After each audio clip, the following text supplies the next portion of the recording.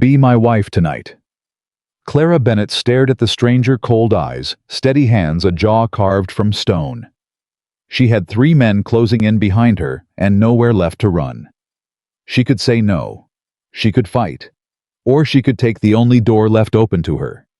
Her chin lifted. "One night," she whispered. "Nothing more." James Callahan didn't smile. He simply turned to the men behind her and said, "Gentlemen, you're looking at my wife.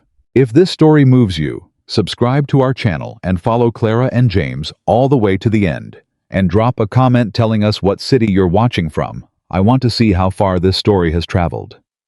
The night Clara Bennett walked into the Silverhorn Saloon in Dust Creek, Wyoming, she was carrying exactly 3 things.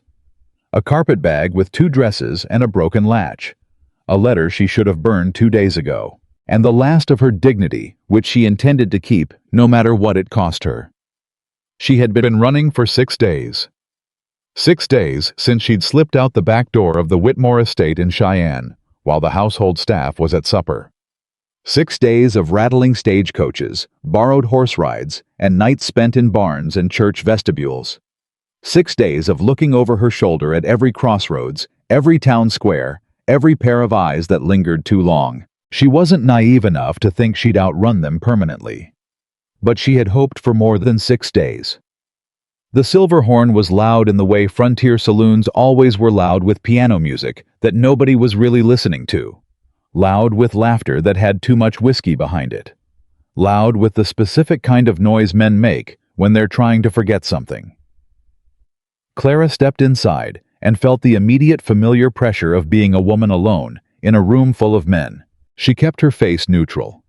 That was something her mother had taught her before everything fell apart. Keep your face neutral, Clara. Don't let them see what you're feeling. A woman's face is the first thing they use against her. She moved toward the bar and asked for a glass of water.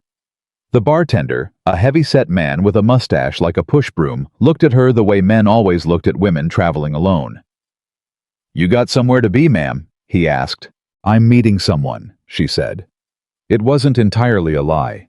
She was always meeting someone even when she didn't know who it was yet. She took her water to a corner table and sat with her back to the wall, the way her father had always done in uncertain rooms. From there she could see the entire saloon. The card tables, the bar, the front door, the back hallway that likely led to a kitchen or a back exit. She was cataloging exits out of habit now. That was what running did to a person. For 20 minutes nothing happened. Then the door opened. She recognized the first man immediately. Broad through the shoulders, wearing a gray coat she'd seen before on the road outside Rollins. He worked for Whitmore. She didn't know his name, but she knew the look, that particular flatness of a man who had been paid to find something and didn't much care what happened to it when he did.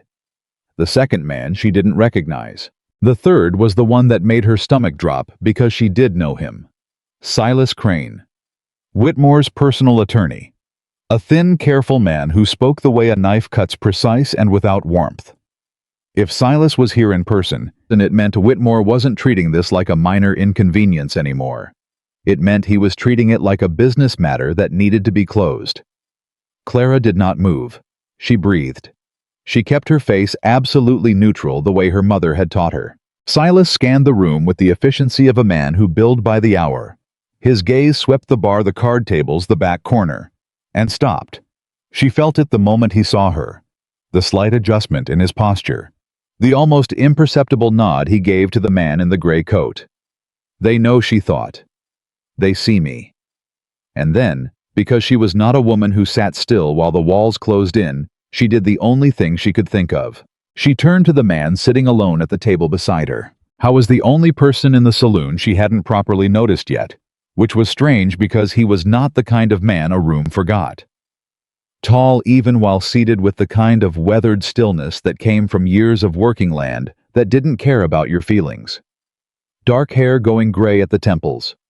A face that had been handsome once and had simply decided to become something more durable instead. He was nursing a whiskey he hadn't touched in several minutes, and he was staring at the far wall with the focused blankness of a man actively thinking about something he didn't want to think about. Clara put her hand on his arm. He turned and looked at her with eyes the color of a winter sky. Not cold exactly, but clear in a way that didn't leave room for pretending. "I need you to listen to me carefully," she said, keeping her voice low and even. "There are 3 men who just walked in that door. They are going to come to this table in about 60 seconds.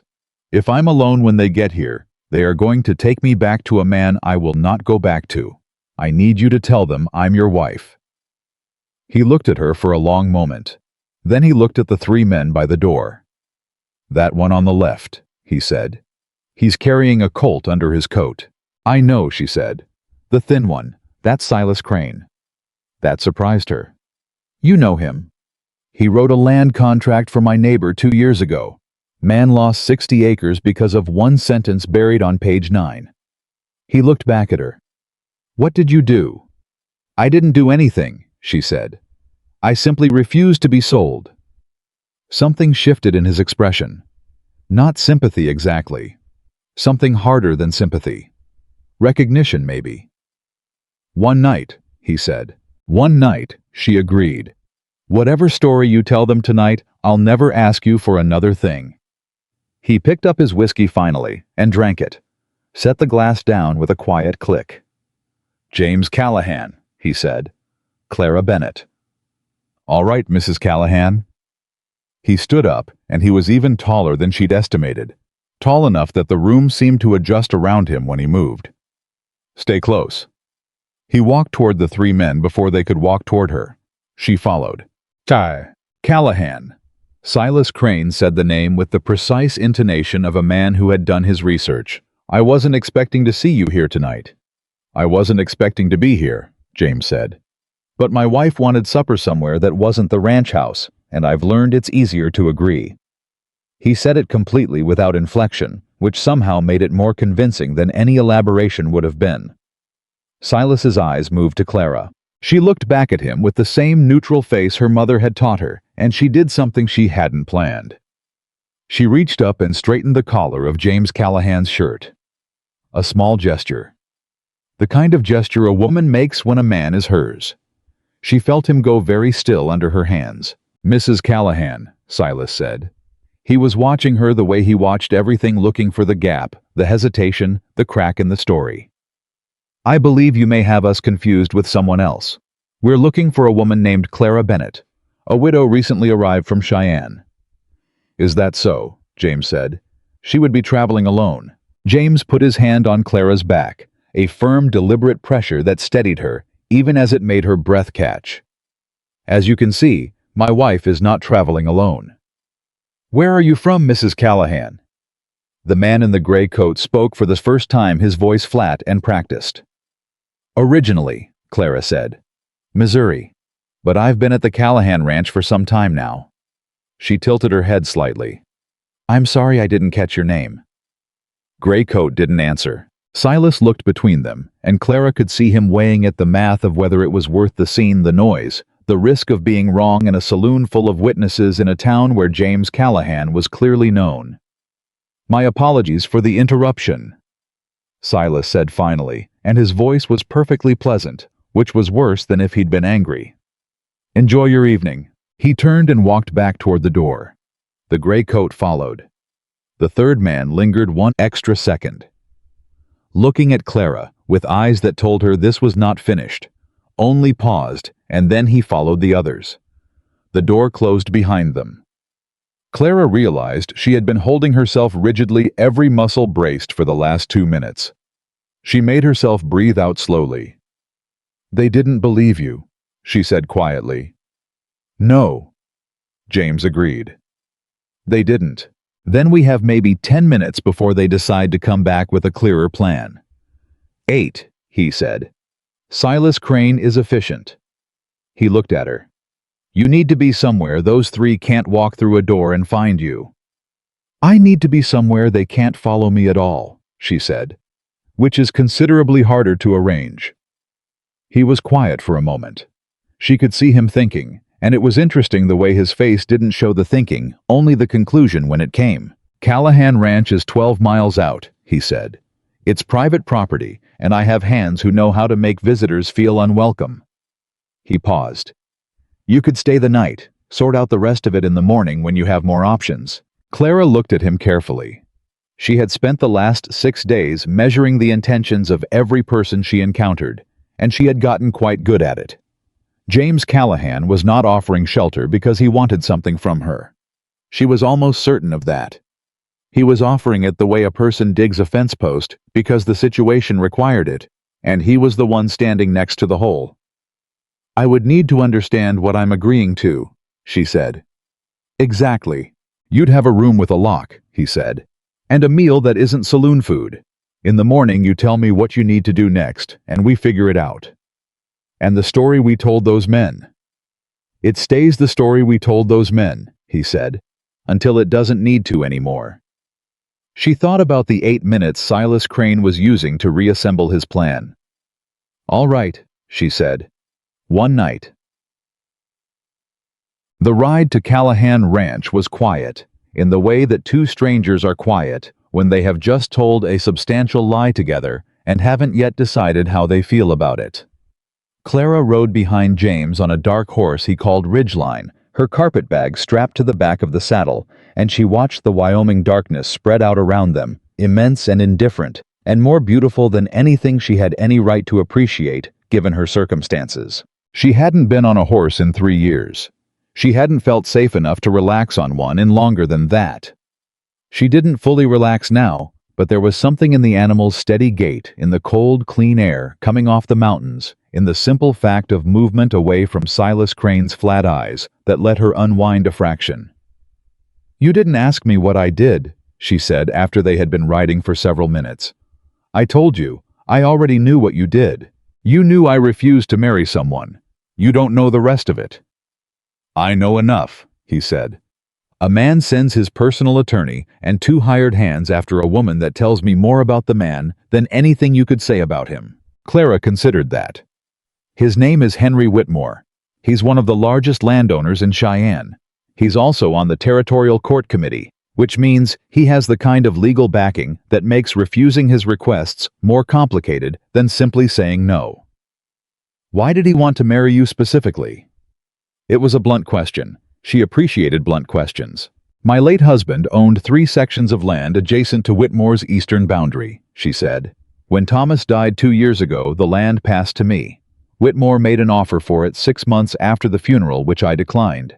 He made another offer 3 months after that, which I also declined. When it became clear I wasn't going to sell, he decided the most efficient solution was to acquire the land through marriage." She paused. "He had an arrangement with my brother, a financial arrangement. My brother signed a document agreeing to the match, without your consent." "I was not consulted," she said. "I was informed. There's a difference." James was quiet for a moment. "Your brother, where is he now?" "Rollins. And before you ask, no, I don't expect help from that direction. My brother is not a bad man exactly. He's a man who made a bad decision because Whitmore offered him enough money to make it feel like the right one." "That's the definition of a bad man," James said. "He just wrapped it in softer paper." Clara surprised herself by almost laughing. "That's one way to put it." The ranch appeared in the darkness, like something slowly coming into focus. First, the outline of a gate, then the bulk of a barn, then the long shape of a house that was larger than she'd expected. Not a homesteader's cabin. A proper house with a porch along the front and light in 2 of the windows. A man came out of the barn as they rode up, young, maybe 20, with a lantern held high. "Mr. Callahan." He looked at Clara with undisguised curiosity. "Didn't know you were bringing company." "She'll be in the East Room," James said, dismounting. "Tell May to put out extra bedding." He looked up at Clara and reached up to help her down. His hands were sure and impersonal, like a man lifting freight, which was somehow exactly the right thing. No performance, no pretense. "Who's May?" Clara asked once the young man had taken the horse toward the barn. "Cook, housekeeper. She runs the domestic side of things. She'll make sure you have what you need tonight." He picked up her carpetbag before she could and started toward the house. "And she won't ask you questions you don't want to answer." "Does she know?" "She'll know what I tell her," he said. "Which will be that you're a guest who needed shelter, and that's the end of the story, until you and I decide otherwise." Clara followed him up the porch steps and through the front door. Chate. May turned out to be a woman in her late 50s, with gray-streaked hair pinned severely and eyes that noticed everything while appearing to notice nothing. She looked at Clara, looked at James, looked at the carpet bag and said, "I'll put the kettle on." That was all. Within 20 minutes, Clara was sitting at a kitchen table with a cup of tea, a plate of cold chicken and cornbread, and the specific sensation of a door between her and the world that had been locked from the inside. James sat across from her drinking coffee, and she had the impression he wasn't entirely sure why he was still in the room rather than in bed. "The east room has a lock," he said. "The key is on the inside. The window looks out over the south pasture, no easy access from the ground." "You've thought about security," she said. "I think about a lot of things." "What were you thinking about," she said, "before I put my hand on your arm tonight?" He looked at her. It was a direct question, and she had asked it on purpose. She wanted to know if he was the kind of man who deflected or the kind who answered. He was quiet long enough that she thought he was going to deflect. "My wife," he said. "My late wife. She died 4 years ago, March. I was thinking about how she used to say March was the ugliest month in Wyoming, because the snow was dirty by then and the green hadn't come yet." He looked at his coffee. "I'm not sure why I was thinking about it tonight." Clara said nothing for a moment. "I'm sorry," she said, and she meant it completely. "It was 4 years ago." "That doesn't change what it is."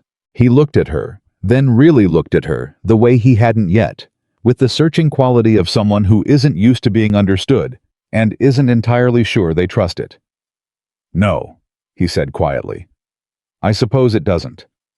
May appeared briefly to collect Clara's empty plate and refill the kettle, managing to communicate through her efficient movement alone that she approved of no unnecessary drama and would be going to bed shortly. "The man in the gray coat," James said when May had gone.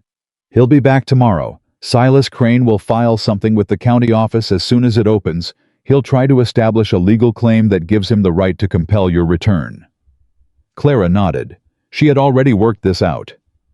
"Can he do it?" James asked. "Probably," she said. "The document my brother signed is real. Whitmore's attorneys are good, and Judge Alderman in Laramie has ruled in Whitmore's favor 4 times in the last 2 years. She looked at her tea. "But the document has a problem. My brother signed it under duress. Whitmore held a debt over his head that he'd deliberately manufactured. I can't prove that yet, but I know it's true." "How do you know?" "Because I found a letter," she said. "In my brother's desk 2 days before I left. A letter from Whitmore's man, explaining exactly how the debt had been structured." She looked up at him. "I took it when I left." "That letter is in your carpet bag." "It is." James sat back in his chair and looked at her with something that wasn't quite admiration, but was adjacent to it.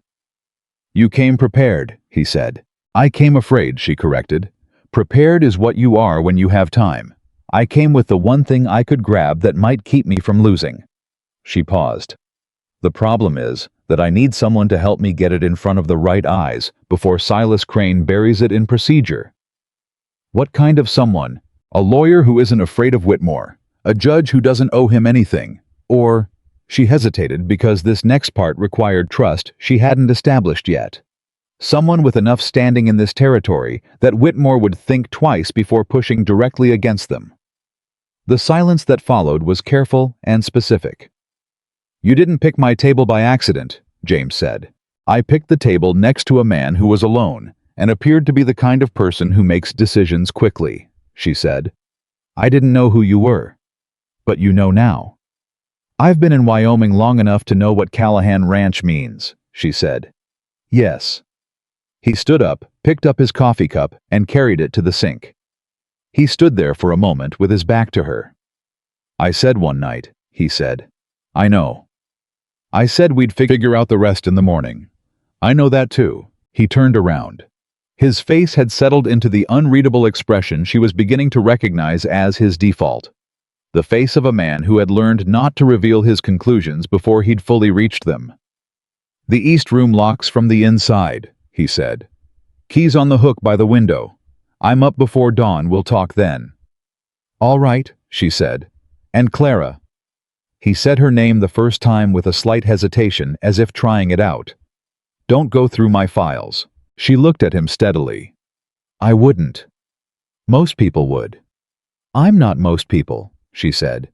"Which is rather the whole problem, isn't it?" Something crossed his face that wasn't quite a smile, but occupied the same general territory. "Get some sleep," he said, and he left the kitchen. Clara did not sleep well.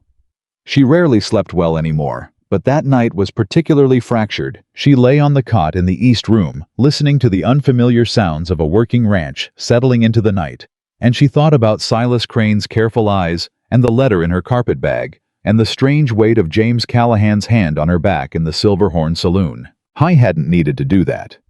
The verbal claim should have been enough. But he'd placed his hand there with the calm deliberateness of a man making a statement he intended to stand behind, and she had felt herself steady under it in a way she hadn't expected. She didn't trust the feeling. She was too exhausted and too frightened to trust any feeling right now. But she noticed it. Around 2 in the morning, she heard horses. She was at the window before the sound fully registered. Not the east-facing window over the south pasture, but the slight gap she'd found in the western-facing wallboards, a crack of maybe half an inch that gave her a sliver view of the road approaching the ranch house. 3 horses, moving slowly without lanterns. Her stomach went tight. She didn't go to wake James. Instead, she did the math quickly. 3 men arriving at 2 in the morning was not a legal action. Silas Crane's legal actions happened in daylight with paperwork. 3 men in the dark were something else. She reached into her carpet bag and found what she was looking for. A small derringer, nickel-plated, fully loaded. Her late husband Thomas had pressed it into her hands 6 months before he died, during one of the periods when his mind was still clear. "You're going to be alone. Clara and the world has a poor track record with women who are alone. Keep this. Know how to use it. I'm sorry I can't do better for you than that." She had learned to use it. The horses stopped at the gate. She heard voices too low to make out words. Then a louder voice, flat and unhurried, from somewhere below her. James Callahan. He'd already heard them. She unlocked her door and moved silently down the hall until she found the top of the stairs where she could hear clearly without being seen. "Private property," James was saying. "And I don't receive visitors who arrive without lanterns, so you can either ride back to wherever you came from, or you can tell me what Whitmore's paying you, and I'll consider doubling it to point you somewhere else." A pause. "Mr. Callahan." The voice was Gray Coat's voice. "We're not looking for trouble with you." "That's good to hear. Ride back to town." "We need the woman."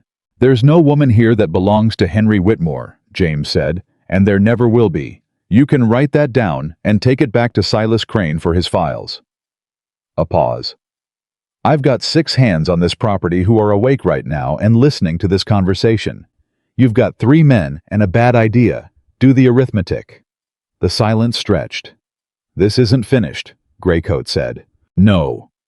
James agreed, his voice carrying the complete steadiness of a man who has made peace with the length of things. "I don't expect it is. That's all right. Finished or not, you're leaving my property tonight." Another long silence. Then the sound of horses turning and moving away. Clara sat down on the top stair in the darkness and pressed her hand flat against her sternum, feeling her own heartbeat. He hadn't come to tell her. He hadn't rushed upstairs with news, or needed her to know what he'd done, or waited for her thanks.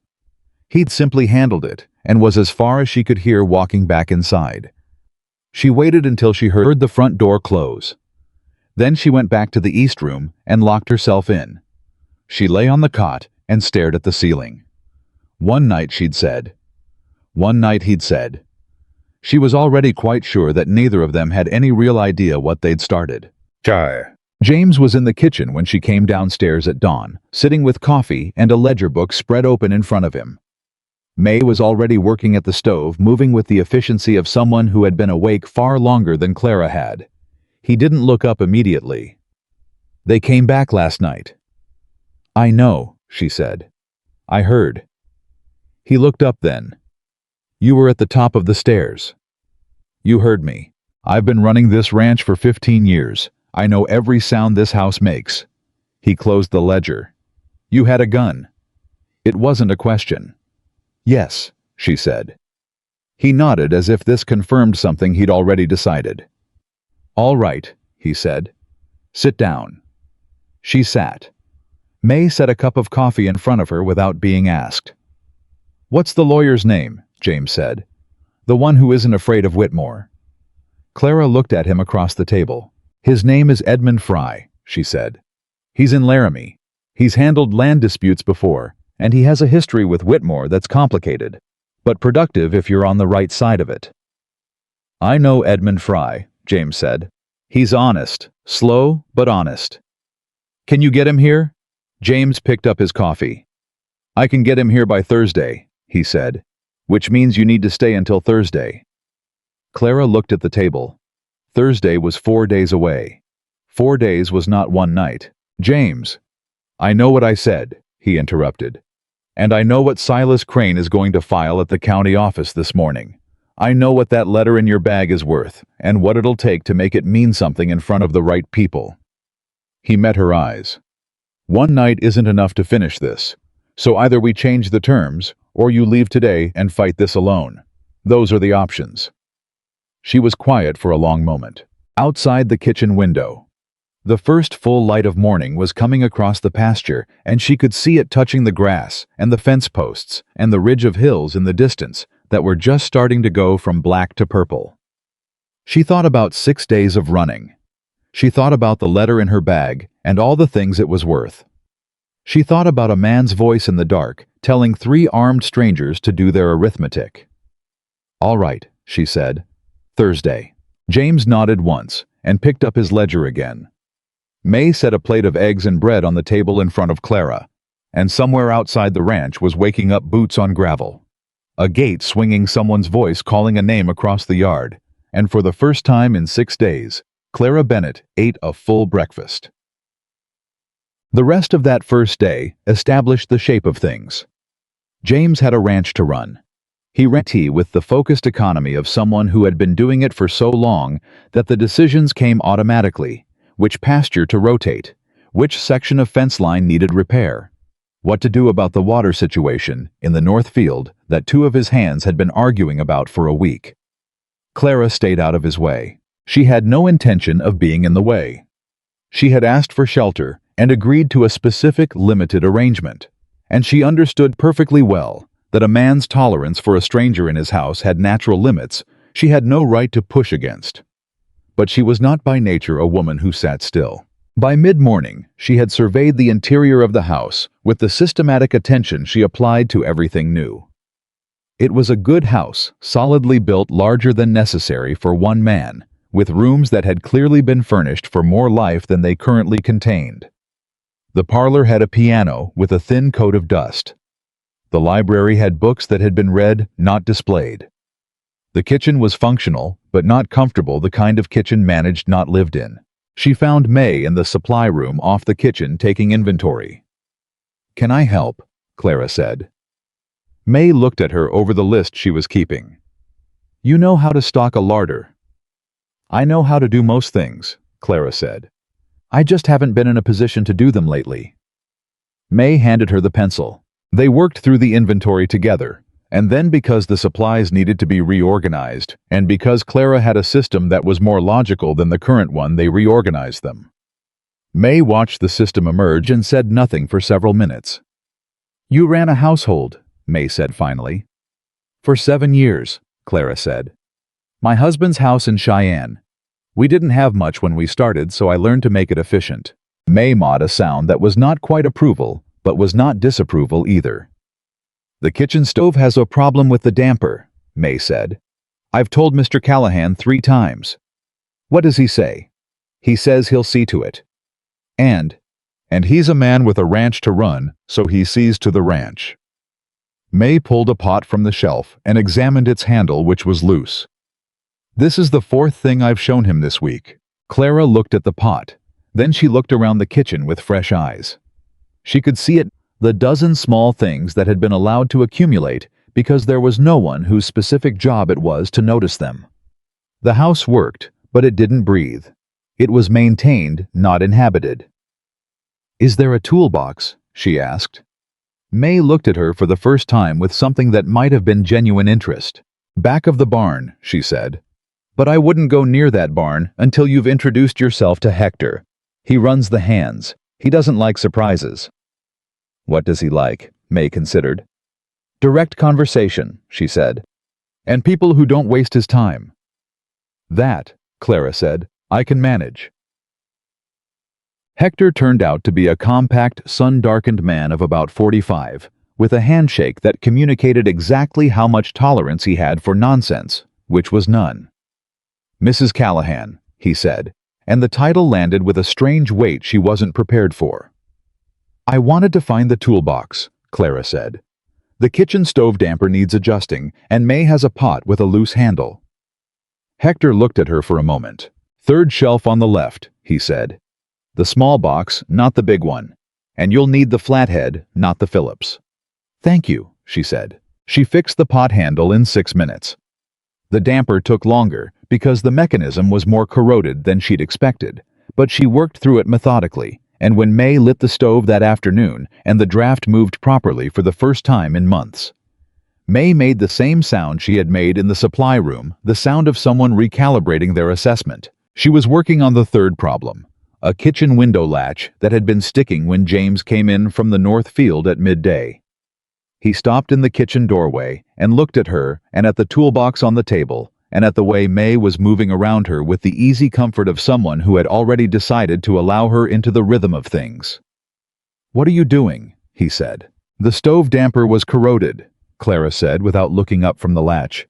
"I fixed it. The pot handle is done too." A silence. "May's been asking me about that damper for months," he said. "I know. She told me." Another silence, different in quality from the first.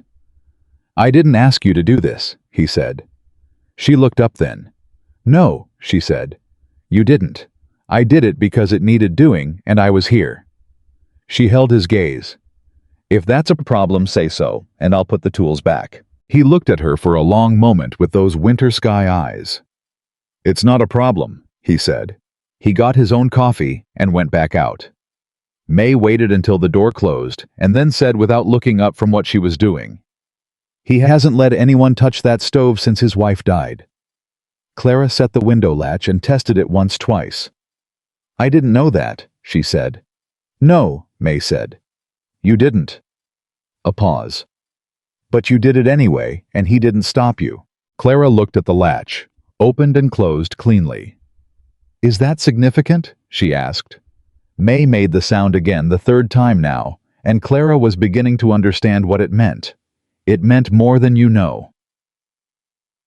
That evening, James spread a territorial map across the kitchen table and spent an hour explaining the situation in plain terms. Whitmore's legal strategy had 3 prongs, as James understood it: the document Clara's brother had signed, which Silas Crane would argue was a valid betrothal agreement under territorial contract law; a claim that Clara's late husband's land had outstanding tax obligations, which Whitmore would use to establish a financial claim; and a social pressure campaign that would make it difficult for anyone in the territory to openly side with a woman Whitmore had publicly characterized as a runaway debtor. "He's thorough," Clara said.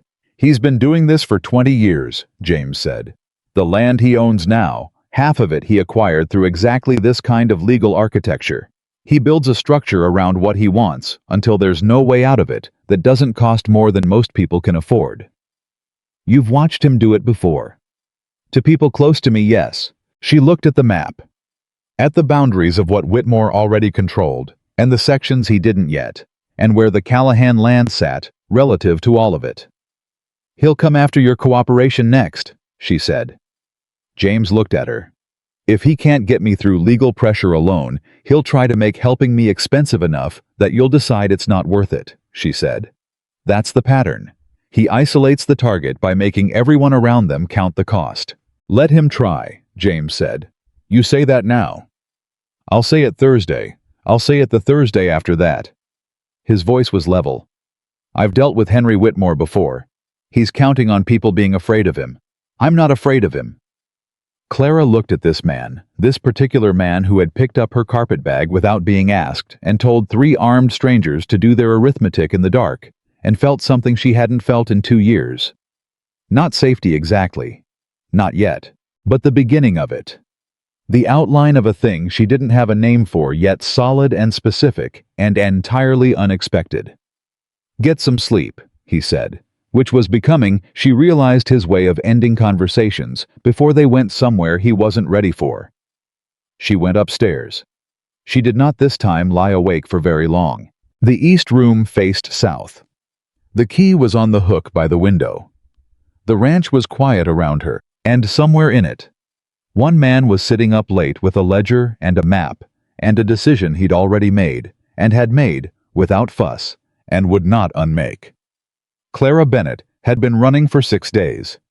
She thought it was possible, not certain, not yet, but possible, that she had finally stopped. The letter from Edmund Fry arrived Wednesday morning, a day earlier than James had expected.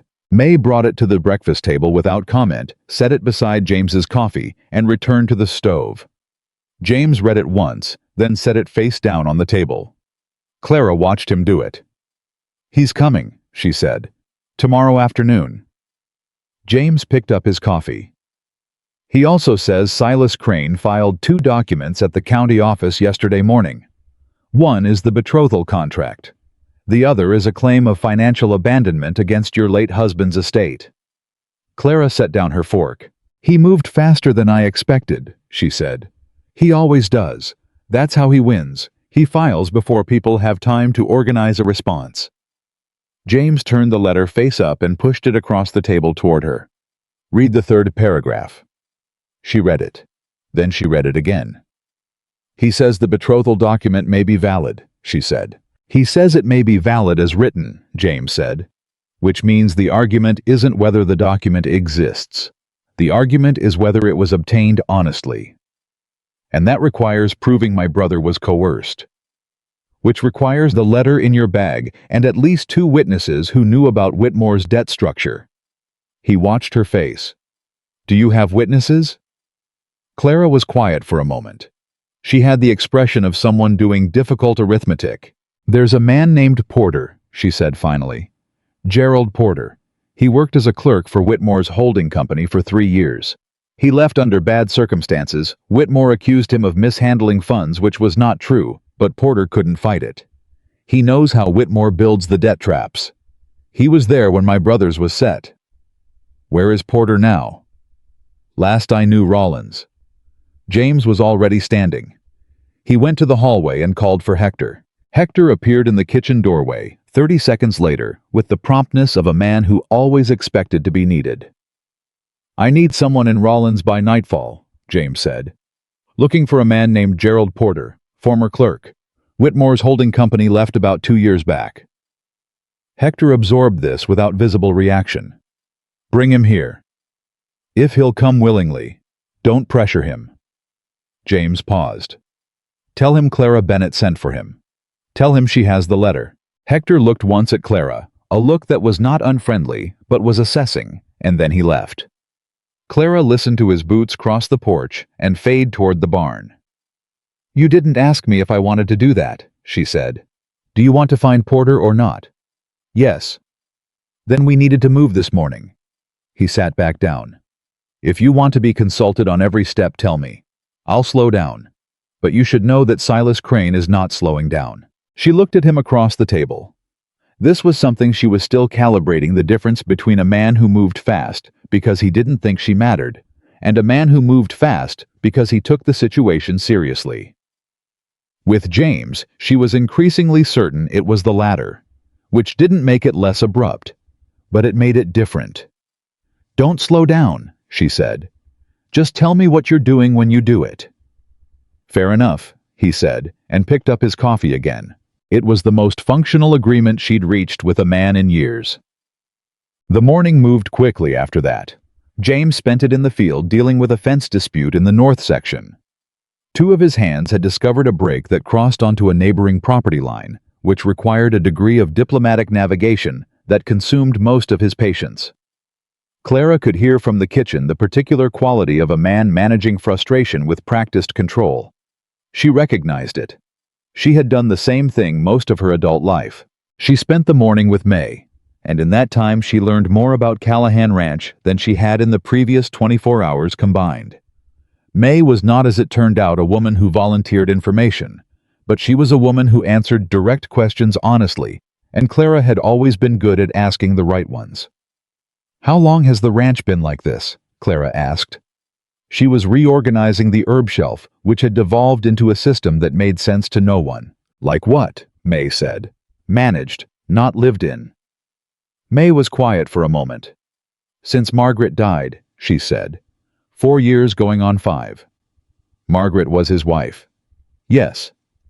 May handed Clara a jar to put on the upper shelf. They were married 8 years. She had 2 miscarriages and then a son who lived 4 months. A pause. "After the boy died, Margaret got sick. It happened fast. James has never quite—" She stopped. "He keeps the ranch running. He just stopped keeping anything else." Clara looked at the jar in her hand. Rosemary. The label was in a woman's handwriting. "That's Margaret's handwriting," she said. "Yes," May said. "Don't say anything about it." Clara put the jar on the shelf. She didn't say anything about it, but she moved it to where it could be seen clearly from the main work area, where it had probably been before someone grief-blind had pushed it to the back, and she smoothed her hand once across the label, and that was all. May watched her do it and said nothing. The morning's second crisis arrived just before noon when one of the younger hands, a boy named Will, maybe 17, came into the kitchen holding his left hand wrapped in a cloth already going red. He had caught it on a wire in the fence repair. Not deep enough to be dangerous, but deep enough to need cleaning and closing. "Sit down," Clara said before May could move. Will looked startled. He had clearly expected May. "Sit," Clara said again in the tone that didn't leave room for discussion. Will sat. She cleaned the wound methodically, talking to Will the whole time. Not about the wound, but about the fence section, about what happened, about whether he'd checked the tension on that line last week. She asked questions that required him to focus on answering rather than on what her hands were doing. And by the time she was done closing the cut with careful bandaging, his color had come back, and he'd stopped shaking. "Keep it dry for 2 days," she said. "Change the dressing tonight." "Yes, ma'am," Will said. He called her ma'am. Not Mrs. Callahan, which the others used with the specific awkwardness of people who knew the title was provisional. Just ma'am, which was simpler and somehow more real. Clara watched him leave and felt something shift in her chest. Not a dramatic feeling, not a wave of emotion, just the quiet recognition of being useful, of being somewhere that needed what she had. She hadn't felt that in a long time. May was watching her from the stove. "You're a practical woman," May said. "I had to be," Clara said. "Where did you learn to do that, the wound care?" "My husband was ill for 2 years before he died. I learned a great deal during that time." She washed her hands at the basin. "You learn whatever the situation requires. That's all it is."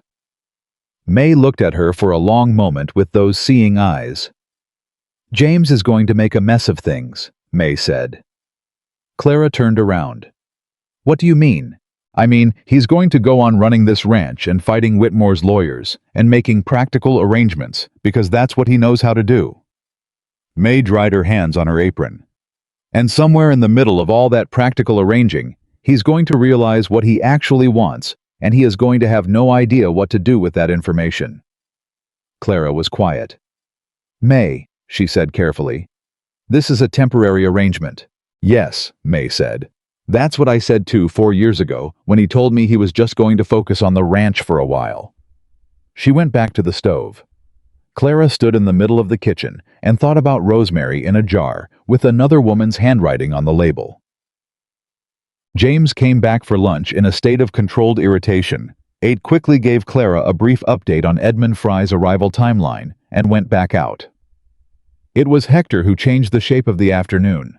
He returned from Rollins at 2 o'clock 2 hours earlier than expected, which meant something had gone differently than planned.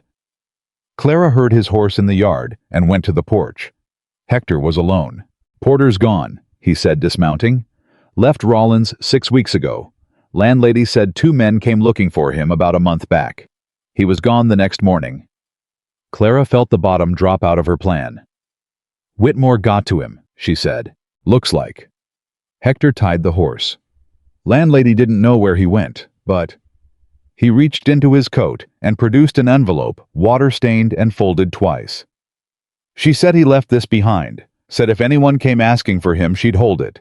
She figured he meant her to give it to someone who knew his name. Clara took the envelope. Her name was not on it, but Porter's handwriting was on the front. She recognized it from the ledger books she'd seen in Whitmore's office. She opened it. Inside was a single sheet of paper. A sworn statement dated 8 weeks ago, signed and witnessed, laying out in Gerald Porter's careful clerk's handwriting exactly how Whitmore had structured the debt trap that ensnared her brother. Date. Amounts. Names of Whitmore's men involved in the construction of the false obligation. It was better than a witness in person. It was a document. Her hands were shaking slightly when she looked up at Hector. "You read it," she said. "No, ma'am. Wasn't addressed to me." "Where's James?" "North fence, 20-minute ride." "Go get him," she said. Hector looked at her expression, looked at the paper in her hands, and went. James read Porter's statement, standing in the kitchen, still in his work coat, and Clara watched his face with the attention she'd been developing since the first night, learning to read the small signals in a face that had been schooled to reveal nothing. His jaw tightened at one point. His eyes stopped moving for a moment at another. When he finished, he set the paper down on the table. "Porter anticipated they'd come for him," he said. "He must have suspected, yes. This statement combined with the letter in your bag, that's enough for Edmund Fry to build a counterfiling on." He looked up. "It's not enough to destroy Whitmore's case by itself, but it's enough to force a hearing." "A hearing is all I need," Clara said. "A hearing in front of a judge Whitmore doesn't own." James was quiet for a moment. Something was moving behind those clear eyes, and she waited for it. "Whitmore is going to know Porter left something behind," he said. "The men who went to Rollins, they'll report back that Porter ran. Whitmore will wonder why he ran rather than staying gone. He'll start looking for what Porter might have left." "How long before he tracks it here?" 2 days, maybe 3. He looked at her. "We need Edmund Fry to file before that." "Can he file by tomorrow evening?" "I'll send word tonight to have him arrive first thing in the morning, instead of the afternoon." He picked up the paper carefully. "And this stays locked up from here until Fry has copies in his hands." "Agreed," she said.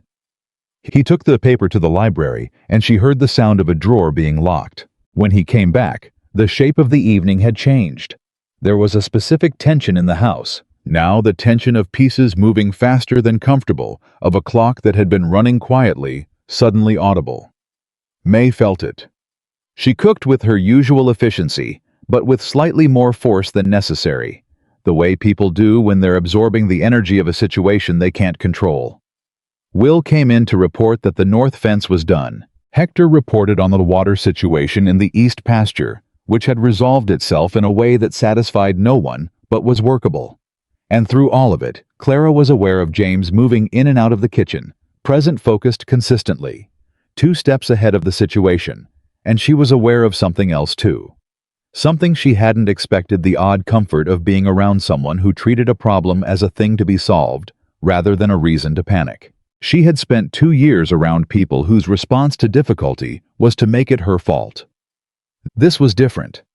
Supper was quieter than the previous evening. Hector joined them, which he apparently did irregularly, depending on the state of things, and May sat down as well, rather than eating in the kitchen, which Clara understood was also unusual.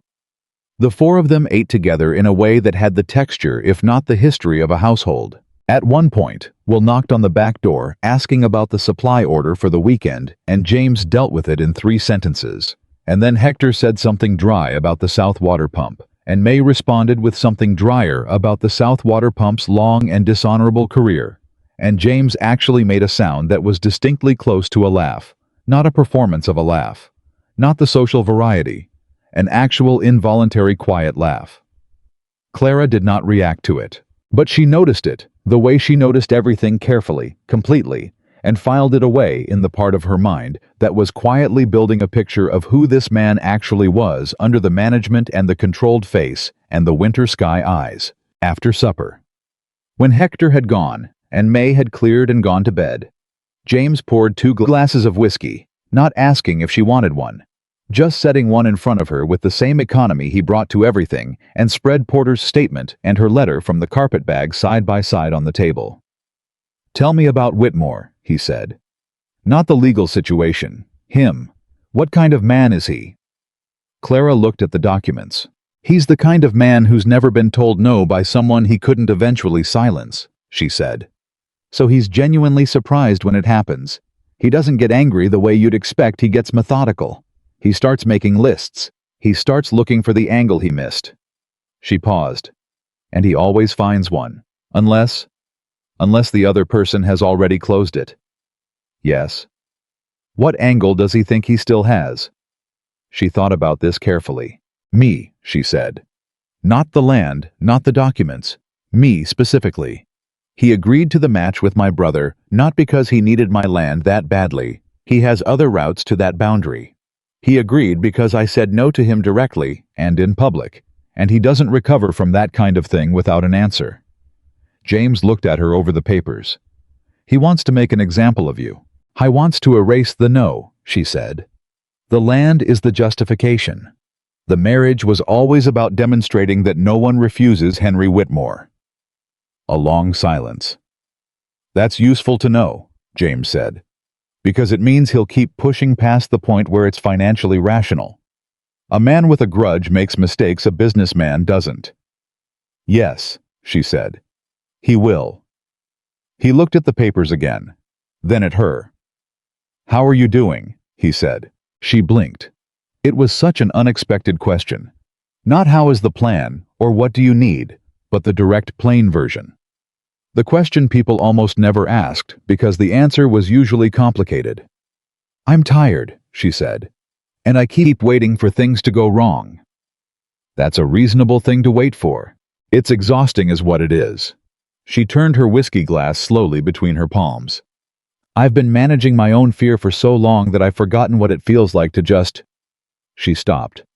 Sit at a table," she said, "without calculating the exits." He was quiet for a moment. "This is the safest room you've been in a while," he said, not consoling her, just stating it, the way he stated facts about fence lines and water rights. "I know," she said. "Then maybe you can afford to be tired." She looked at him. He wasn't looking back. He was looking at the documents, his jaw set, his hand resting flat on the table beside his glass, and she had the sudden clear understanding that this was as close as James Callahan got to tenderness. Not declarations, not demonstrations. Just "you can be tired here. I'll watch the exits." She drank her whiskey. Neither of them spoke for several minutes, and the silence was the kind that didn't need to be filled. "Your wife," she said finally. "Margaret, she loved this kitchen." He went still. "May told me," Clara said carefully. "Not details, just that she was here in this house, and that she mattered." A long pause. "She would have already fixed the damper herself," he said. "First week it started sticking.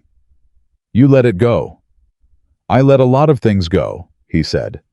"After. That's what loss does. It makes maintenance feel irrelevant." He looked at his glass. "She was the kind of person who noticed everything that needed doing," he said.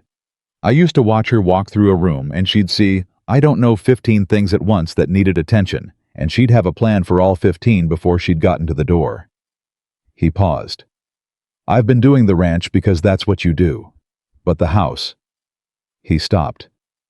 "Has been waiting," Clara said quietly. He nodded, just once. "She would have liked you," he said, and then looked like he hadn't intended to say it. Clara felt the weight of that, the particular complicated weight of being compared favorably to someone irreplaceable, and what it meant and didn't mean, and what to do with it.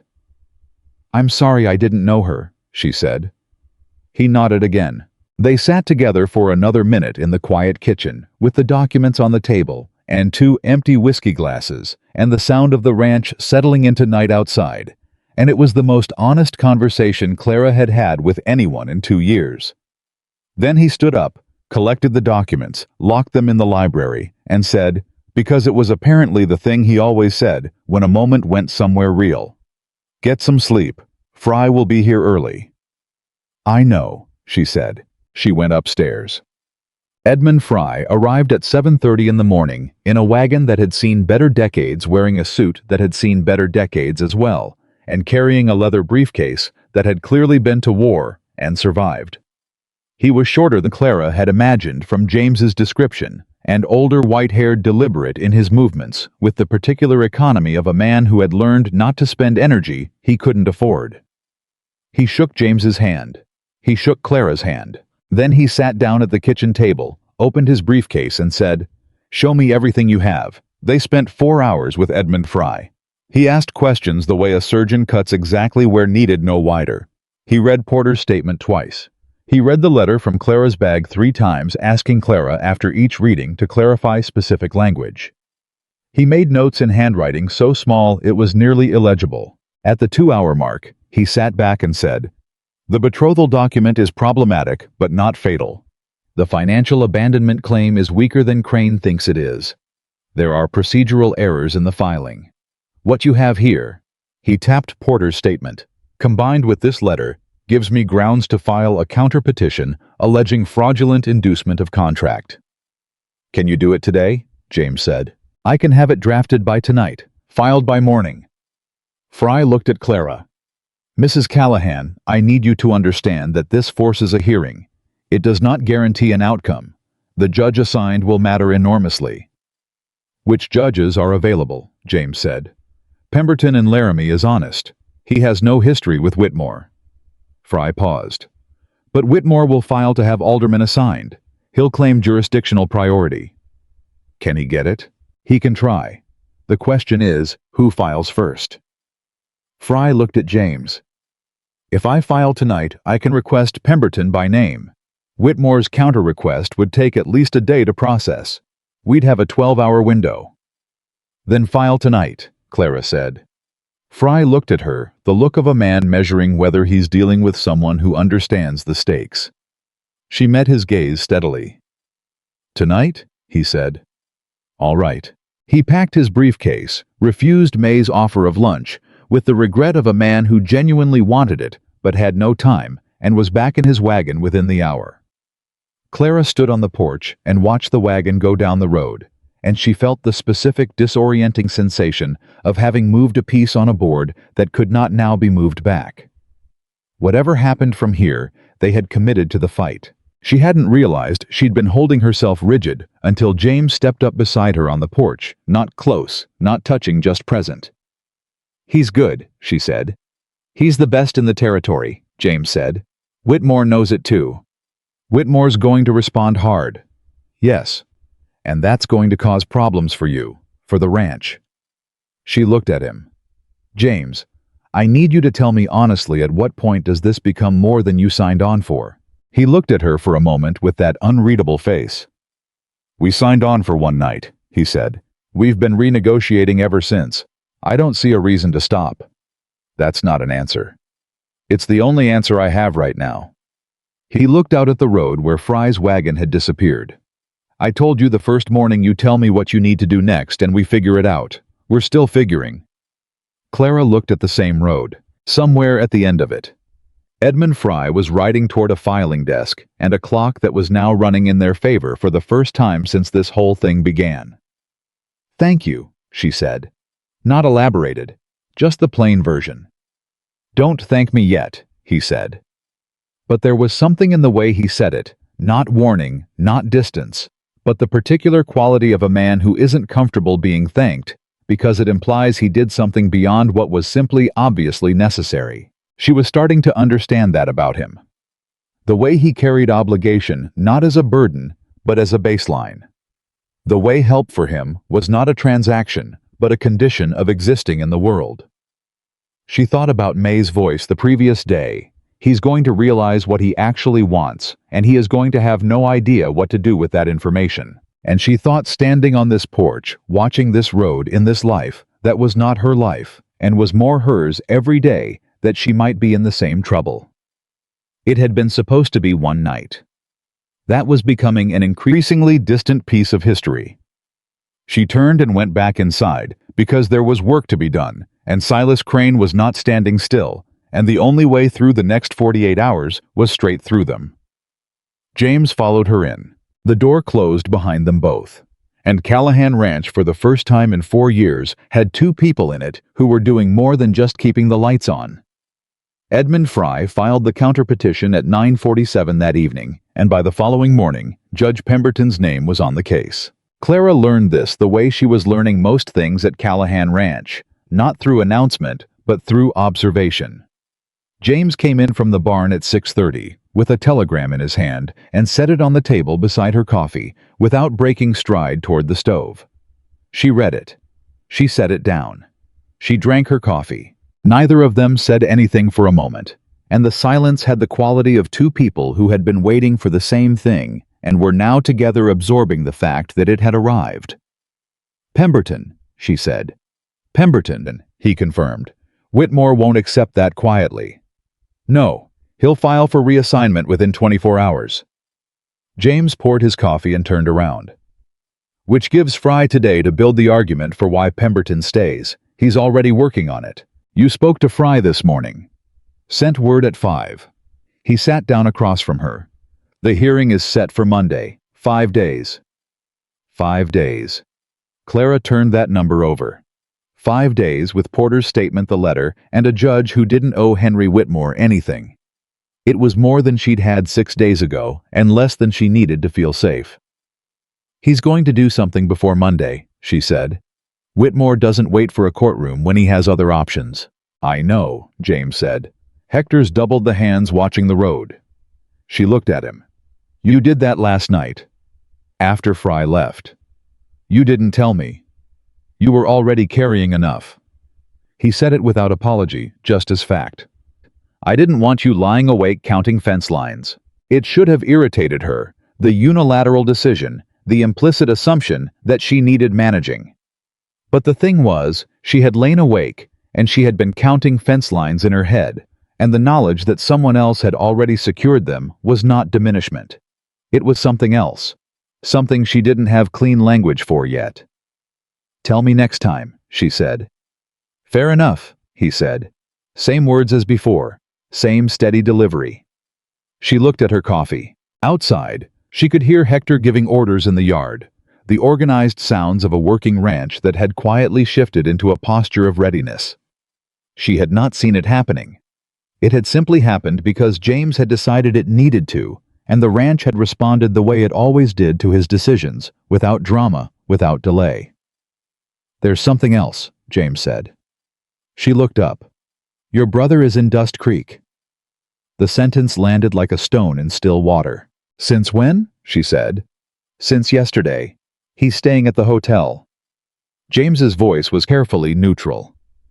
"He hasn't come here yet, but Hector's man in town says he's been asking about the ranch."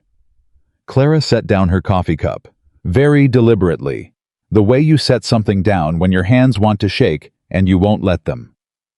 "Robert," she said. Not a question. Just the word dropped into the room, carrying everything she hadn't said about her brother since she'd left Cheyenne. "You don't have to see him," James said. "I know. But you're going to want to." She looked at him. "Why would I want to see the man who sold me?" "Because he's your brother," James said simply. "And whatever he did, you haven't stopped loving him. That's obvious to anyone who's talked to you for more than 10 minutes. Clara opened her mouth, closed it.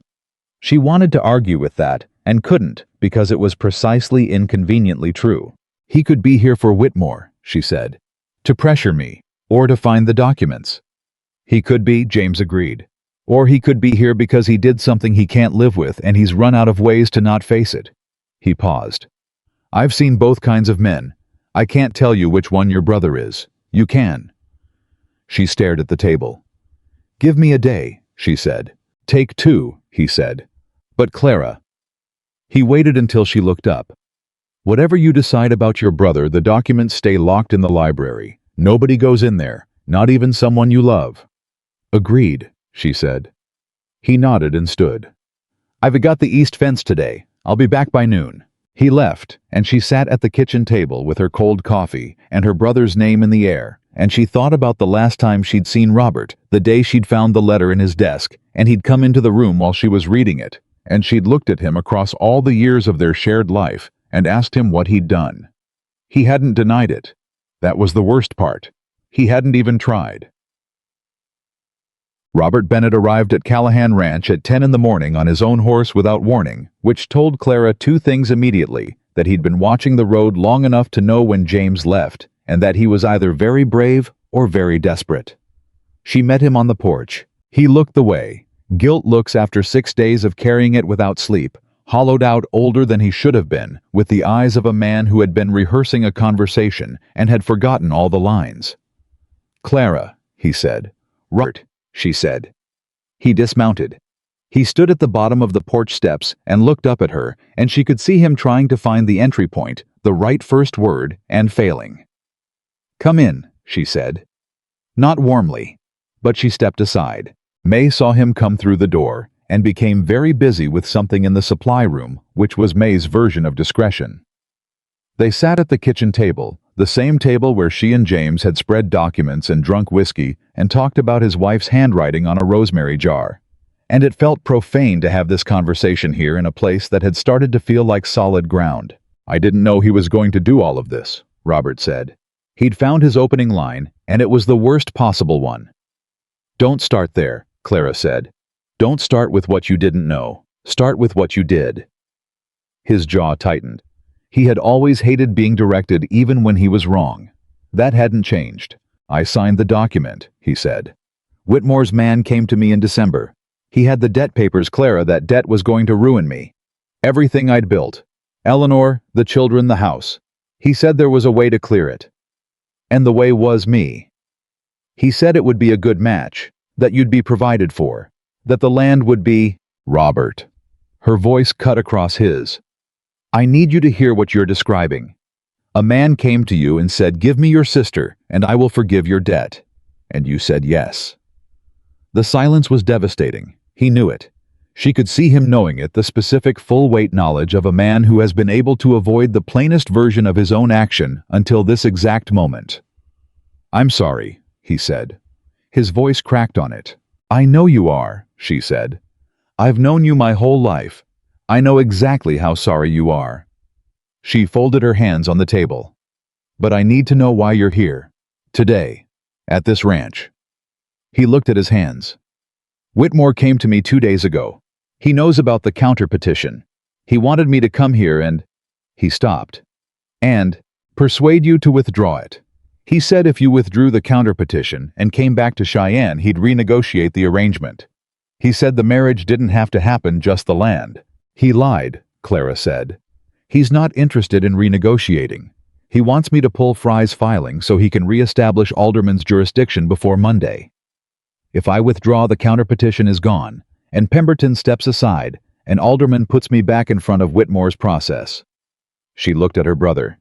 "He sent you here to dismantle the only advantage I have." Robert was looking at her with an expression that was almost worse than guilt.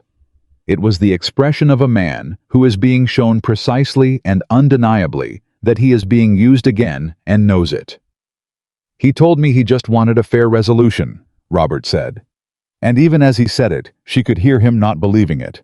"Robert, look at me." He looked at her. "Do you want to fix this?" she said. "Actually fix it, not manage it, not find a softer outcome, but fix what you did and make sure Whitmore cannot do this to anyone else." He was quiet for a long moment. "Tell me what that looks like," he said. "It looks like you sitting down with Edmund Fry and giving a sworn statement about the debt structure, how Whitmore's man approached you. What he said, what he offered, what you signed and when. Every detail." She held his gaze. "Porter left a written statement. I have the letter. With your testimony, Fry can build a case that doesn't just win my hearing, it exposes the entire pattern of how Whitmore operates." "If I do that," Robert said slowly, "Whitmore will come after me. He'll try," she said. "But Whitmore's power depends on silence. The moment you testify, you're no longer useful to him. You become a liability. and men like Whitmore don't invest resources in people who can't be managed. I've had 6 days with nothing to do but think, she said. And a man next to me who thinks fast. Robert's eyes moved to the door in the direction James had ridden. Callahan, he said. You know who he is. I know who he is. He has a reputation for not backing down from things. Yes, she said. I've noticed that. Robert looked at her face. Really looked the way brothers do when they're searching for something they need to know and are afraid of the answer. Whatever he was looking for, he found it, and it seemed to settle something in him. I'll talk to Fry, he said. Clara breathed. It was not forgiveness. It was not the erasing of what he'd done. But it was the next right thing, which was all she'd asked for, and she was not in a position to require more than that right now. I'll send word to Fry today, she said. He'll want to see you before tomorrow. Robert nodded. He stood. He looked around the kitchen at May's organized shelves, at the clean-burning stove, at the jar of rosemary on the shelf, and she could see him absorbing the room with the eye of a man who is seeing where his sister has landed. You look, he started. Don't, she said. He closed his mouth. You're my brother, she said. That doesn't change. But I need you to go do the one thing that can actually help me now. Everything else you and me. What we are after this, that waits until after Monday. Understood, he said. He left. Clara sat very still at the kitchen table for approximately 30 seconds. Then she stood up, went to the supply room doorway and said, May, I need to send a message to Edmund Fry.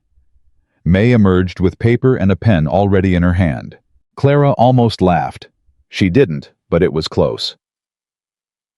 James came back at noon, read. Fry's response, which arrived by messenger at 11:30, confirming he would meet Robert Bennett that evening, and said nothing for a moment. Then, your brother agreed to testify. He agreed to give a statement, Clara said carefully. That's testifying. He set the message down. You persuaded him. I told him the truth, she said. He's not a bad man. I know, James said. You told me. He picked up his coffee. I'm not judging him. I'm noting that you walked into that conversation this morning and came out of it with the one thing Fry needed most. He looked at her. How did you know he'd say yes? She thought about it honestly. I didn't, she said. But I know who Robert is underneath the bad decision he made. He's someone who needs to be shown clearly what he did before he can move past defending himself. Once he saw it, really saw it, he didn't want to be the person who had done that. James was quiet. You gave him a way to not be that person, he said. I gave him something useful to do, she said. That's different. He looked at her with those clear eyes, and she felt the weight of his attention, the way she always did, not intrusive, not evaluative, just fully present. As if she was the only thing in the room worth looking at. Then his jaw shifted. There's something you need to know, he said. His voice had changed. Not dramatically, just enough. She straightened. Whitmore arrived in Dust Creek this morning, he said. Not his lawyers. Him. The room went very quiet. Whitmore is here himself, she said. Got in on the morning stage. He's at the hotel. James set down his cup. He doesn't come in person unless he's decided that the lawyers aren't enough. Or unless he's decided to make a personal offer, she said. Her mind was already moving through it. He knows about Robert. He knows Robert came here. He's calculating whether Robert held up his end or not. She looked at James. If Whitmore thinks Robert failed, he'll try something else, something faster. That's my read too. What does he try when lawyers and family pressure don't work? James held her gaze for a moment longer than was strictly necessary for delivering information. Last time he wanted something that wouldn't move. James said, the man who owned it had a barn fire. The air in the kitchen changed. He burned someone's property, she said. Barn equipment, 6 months of supplies. Ruled an accident. His voice was flat. Neighbor sold 2 weeks later. To Whitmore. To Whitmore. Clara stood up. She couldn't sit through this. She moved to the window and stood with her back to the room for 3 seconds. And in those 3 seconds, she did the thing she always did. Under pressure, she organized what she knew. What Whitmore wanted, what he was willing to do, what she had, what she needed. She turned around. "The documents," she said. "If he can't get them through Robert and he can't file around them, he'll come for them directly." "Yes." "Where are they now?" "Library, locked." "That's not enough," she said. "If Whitmore decides to move on this property, he'd have to get through me," James said. "James," she kept her voice even, "I'm not questioning your ability to defend this ranch. I'm saying the documents should not be in one location that anyone knows about." She paused. "We need a copy, tonight. And the copy needs to be somewhere Whitmore can't reach, even if something happens here." He looked at her for a moment. The look had the quality she'd learned to recognize the assessment, the conclusion being reached. "Fry's office," he said. "Fry's office tonight," she agreed.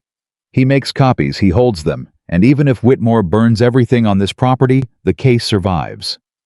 James stood up. "Hector," he said, and the name carried enough force that Hector appeared in the doorway from outside within 30 seconds. "Ride to Fry tonight," James said. "Take the documents from the library. Make sure he copies everything and locks the originals." He looked at Clara. "Anything else?" "Tell Fry about Whitmore's arrival," she said to Hector directly. "Tell him we need any procedural motion he can file before tomorrow morning that delays Whitmore's ability to request an injunction." Hector looked at James. James nodded once. Hector left. "You gave my man instructions," James said. "Is that a problem?"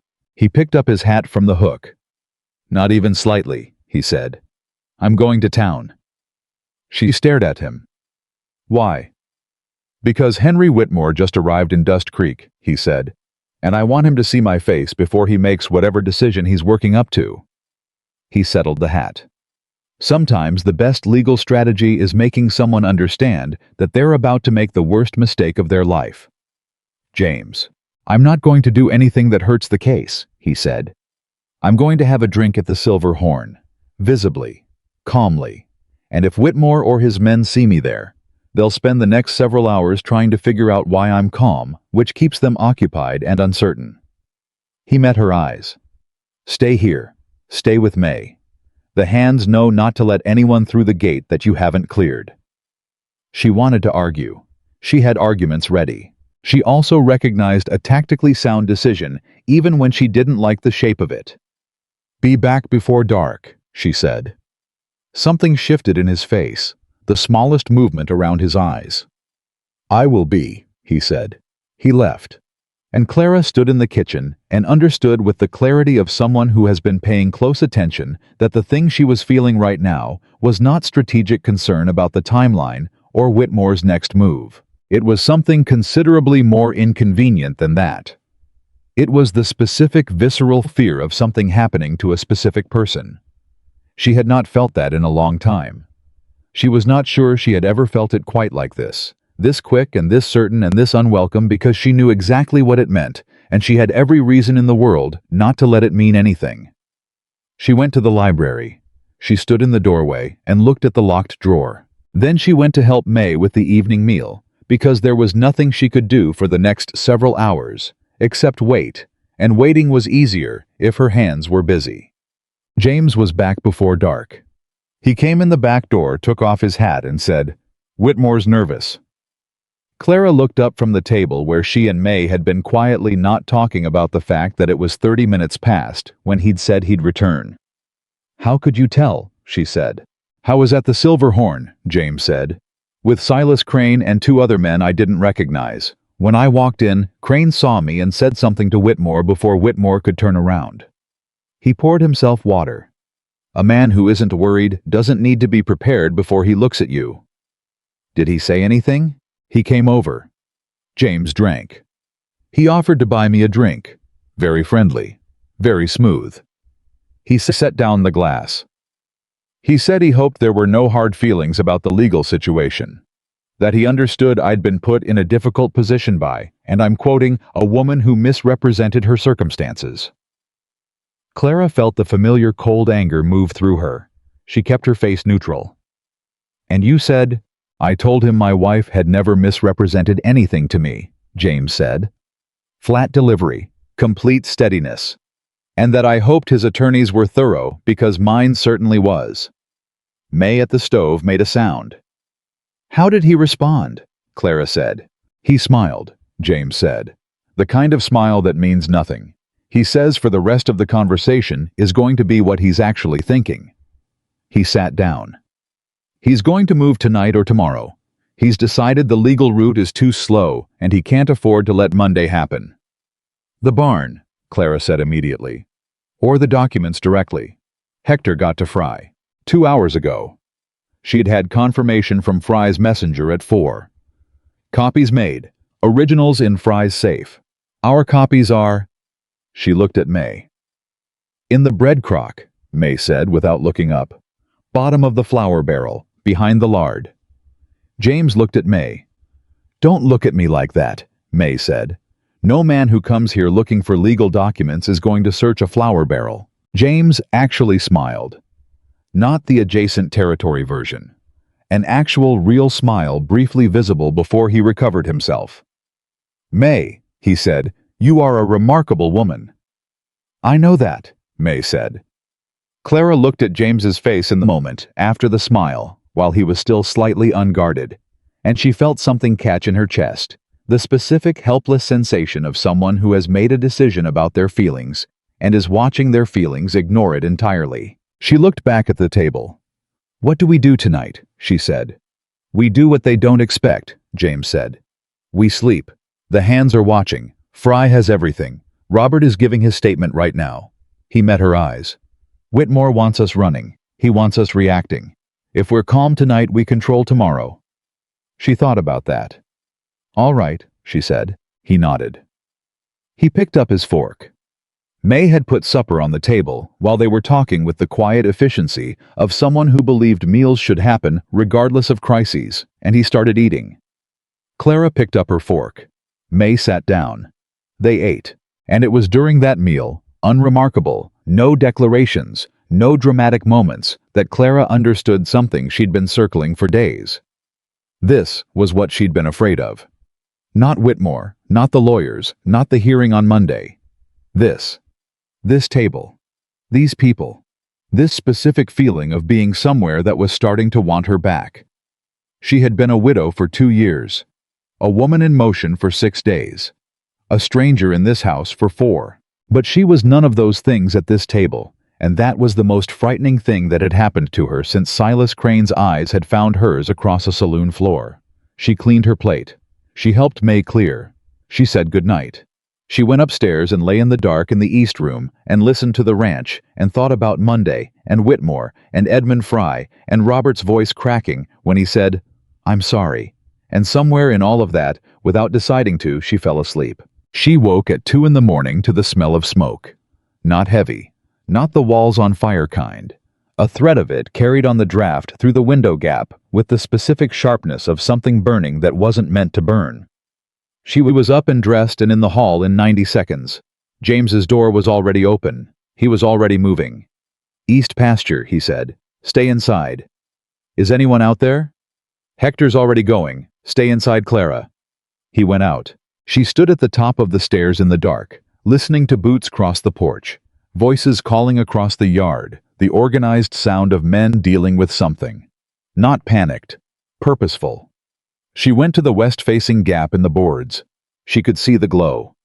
East pasture, like he'd said, not the barn, not the house, but the grass out near the fence line. Contained so far. The hands were on it, but deliberate. Without question, deliberately set. She stood there for 20 minutes, watching the glow diminish as the men worked, and she thought about Whitmore at a table in the Silverhorn, smiling at James, with a smile that meant nothing. He said was what he was thinking. The glow went out. She heard boots on the porch again. The front door. James back inside, moving through the dark with the quiet certainty of a man in his own house. He stopped at the bottom of the stairs. She was visible at the top. They looked at each other in the dark. It was the fence line, he said. Grass fire. We got it. Anyone hurt? No. Whitmore. Yes, he said. Whitmore. She gripped the banister. Her voice, when it came out, surprised her with its steadiness. This is what he does when he's losing. It is, James said. Then we're winning.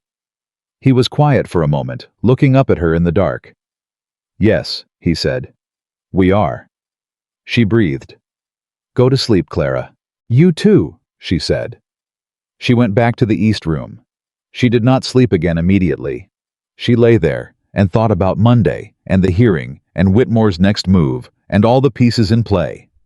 But mostly, she thought about James Callahan at the bottom of a dark staircase, looking up at her with that clear, unreadable face and saying yes, just the one word, certain and unhurried, the way he said everything he meant. Yes, we are. The ranch settled around her. Monday was coming, and for the first time since this began, Clara Bennett believed she was going to win. Sunday arrived the way the day before. A reckoning always does. Too quiet, too bright, with an ordinary feel that didn't match the weight of what was coming. Clara was up before May. She made the coffee herself, standing in the kitchen, in the gray pre-dawn, listening to the ranch breathe around her. The hands were already moving outside. She could hear boots on gravel a gate, someone's low voice calling to someone else. Hector had doubled the watch again after the grass fire. The east pasture fence line was scorched, but intact. Nobody had slept deeply. James came downstairs at 5:30 and found her at the table with the coffee already poured. He sat down without a word, drank, looked at the table. Fry sent a message last night, he said. After you went to sleep, Whitmore filed for a continuance. He wants to push the hearing by 2 weeks. Clara set down her cup. Pemberton denied it. Pemberton denied it. James looked up. Ruling came back at 10 o'clock last night. Hearing is still Monday, 9 in the morning. The relief that moved through her was so physical, it surprised her. She hadn't realized how braced she'd been until the brace released. Robert's statement, she said. Fry has it. Signed and witnessed last night. Robert stayed in Laramie. James paused. He asked about you. What did Fry tell him? That you were fine, that you were ready. He held her gaze. Are you? She thought about the honest answer to that question. Ready implied a kind of certainty she didn't entirely have. But she had something more useful than certainty. She had the facts. She had the documents. She had Edmund Fry, who had spent 40 years making facts mean something in a courtroom.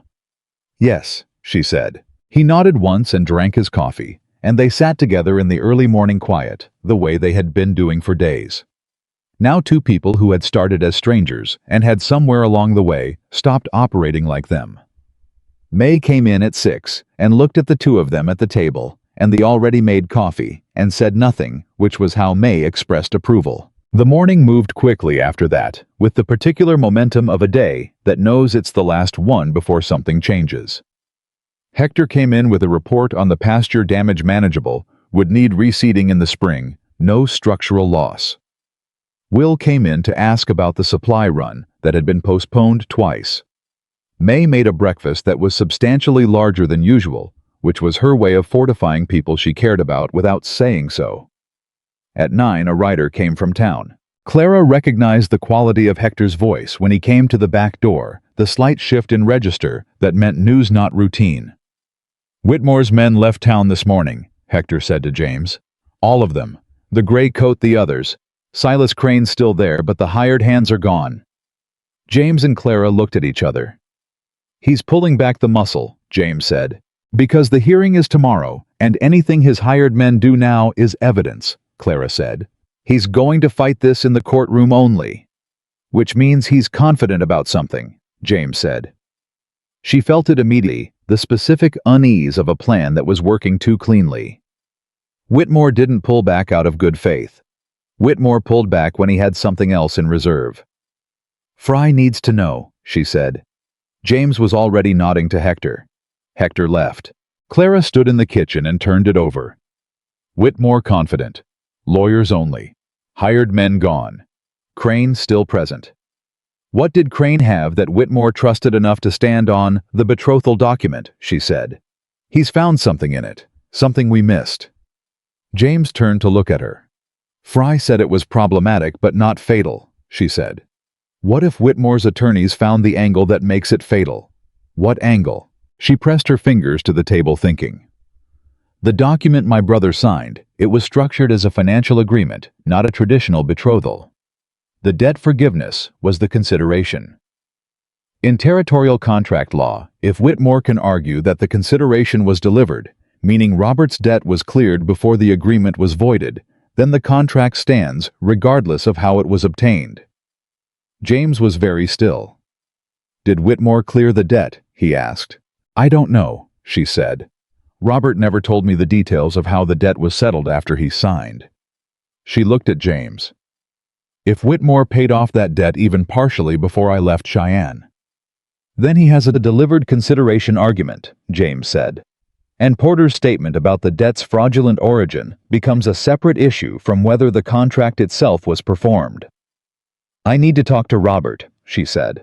He's in Laramie. I need to talk to him today, before 9 tomorrow morning. James went to the hallway. Hector. Already going. Hector's voice came from outside, because Hector had apparently not fully left yet and had been listening, which was either a breach of privacy or an extraordinary professional asset. Clara decided it was the latter. She sat down, picked up a pen, and wrote, Robert, a list of questions in her cleanest handwriting. Dates, amounts, who had delivered the payment notice, who had witnessed it, whether there was a receipt. Specific, precise, the kind of questions that required specific, precise answers. She handed the list to Hector when he appeared. He needs to answer all of these before tonight, she said. Every single one. Hector looked at the list, looked at her. Yes, ma'am, he said, and left at a pace that suggested he was going to cover the distance to Laramie faster than was reasonable. James came back to the kitchen. You know contract law, he said. I know what I had to learn, she said. When my husband was ill and the creditors started circling, I read everything I could find. I sat in on 3 court hearings. I read the territorial code twice. She paused. I didn't plan to need it for this, but knowledge doesn't care when you use it. He looked at her with that expression. She still didn't have a clean name for the one that lived adjacent to admiration, but had too much depth for that word alone. Edmund Fry is good, he said, but you should be in that courtroom with him tomorrow. I intend to be, she said. I mean at the table, he said, not in the gallery. She blinked. Fry is the attorney. I'm the... You're the one who caught the consideration angle he missed, James said. You should be where you can pass him notes. She looked at him. Fry won't mind, she said. Edmund Fry has been practicing law for 40 years, and he is not too proud to take good information from wherever it comes, James said. I'll send him word this afternoon. She absorbed this. The idea of being at the table rather than in the gallery, visible, present, not managed into a corner. While men argued about her life was not something she'd let herself imagine. All right, she said. He nodded, and then, because nothing in the day was willing to hold still, May appeared in the doorway and said, There's a woman at the front door, says she knows Mrs. Callahan. The woman at the front door was Eleanor Bennett, Robert's wife. Clara had not seen her in 8 months. Eleanor was a small woman, precise in her movements, with the particular composure of someone who held a household together through determination rather than ease.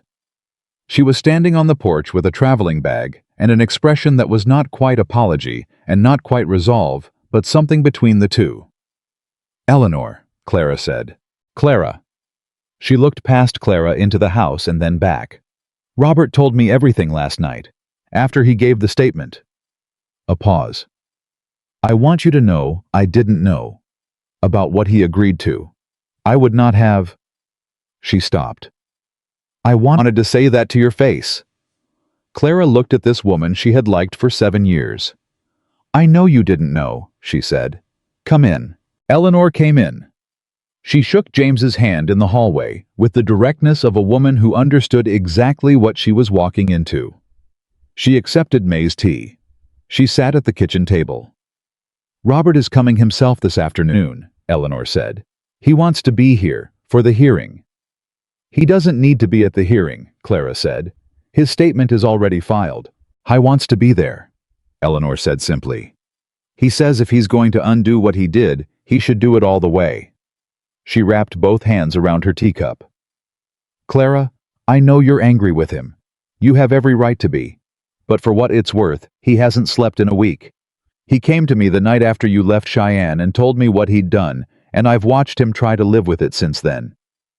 Her voice was steady, but barely. He's not a bad man who did a terrible thing. He's a weak man who did a terrible thing, and he knows the difference. Clara looked at her sister-in-law's hands on the teacup. I know the difference too, she said. That's why I told him how to help. Eleanor's shoulders dropped slightly, the release of someone who has been carrying a prepared argument and doesn't need it anymore. She nodded. They drank their tea. James excused himself with the tact of a man who understood when a room needed fewer people in it, and Clara heard him go out to the yard, heard him and Hector talking at a normal volume about the fence repair, and was grateful for the exact right amount of distance. The man who helped you, Eleanor said after a while. Callahan. Yes. Robert says he's well regarded in the territory. He is. And you've been here, what, 5 days? 6. Eleanor looked at her with the particular seeing quality of a woman who has known you for 7 years. Clara. Don't, Clara said. I'm not saying anything. You're thinking it very loudly.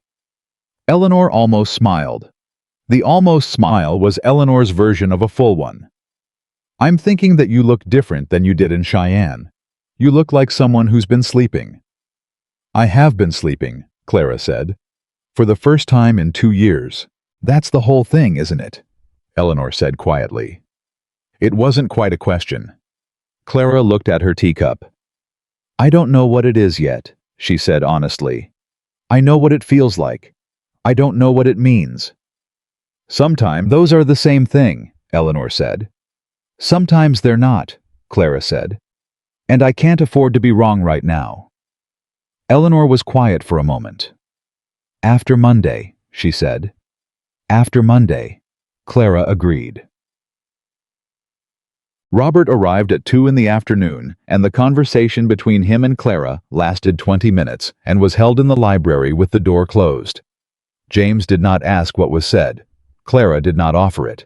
But when she came out, her face had the specific quality of someone who has set down something heavy and is feeling the change in their arms. Robert shook James's hand at the kitchen table. It was a direct, serious handshake, the kind between men who understand what the other one has at stake. Thank you, Robert said to James, for what you're doing for her. James looked at him for a moment. She's doing it herself, he said. I'm just making sure the doors stay open. Robert nodded. He understood what that meant. Hector arrived back from Laramie at 3 with Robert's written answers to Clara's questions. She read them at the table with Edmund Fry's last message spread beside them, cross-referencing, and within 30 minutes she had found what she'd been afraid of finding. Whitmore had cleared 60% of Robert's debt the day after the document was signed. Not all of it. 60%. Which was, she was almost certain, deliberate enough to establish delivered consideration, not enough to look like a completed transaction that could be easily rescinded. She brought the papers to James. He read them. His jaw was very still. Fry needs these tonight, he said. Already written, she said, and handed him the message she'd drafted while he was reading. He looked at the message, looked at her. You wrote this before I finished reading, he said. I knew what you were going to say. He was quiet for a second. Then he called Hector.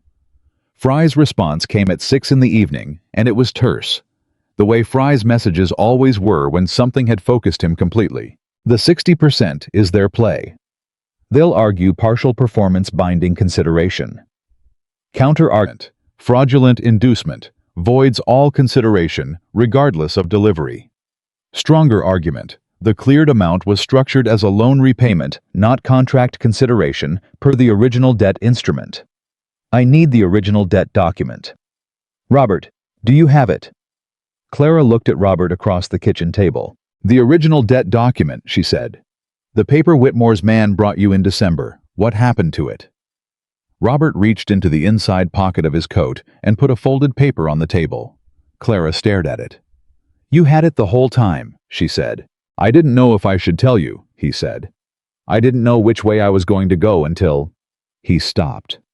I kept it because I knew it was the only proof of what he made me sign first, before the betrothal agreement.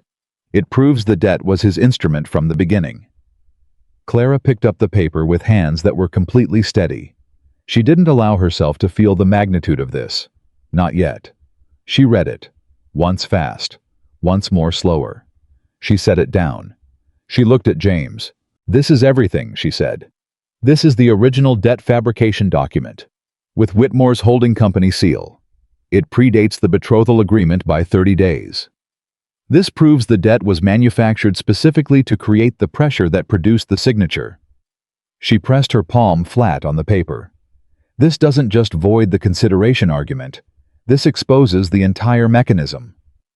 James looked at the paper and then at Robert. Robert looked like a man who had been holding a grenade for 6 months and had finally put it down somewhere it could actually be used.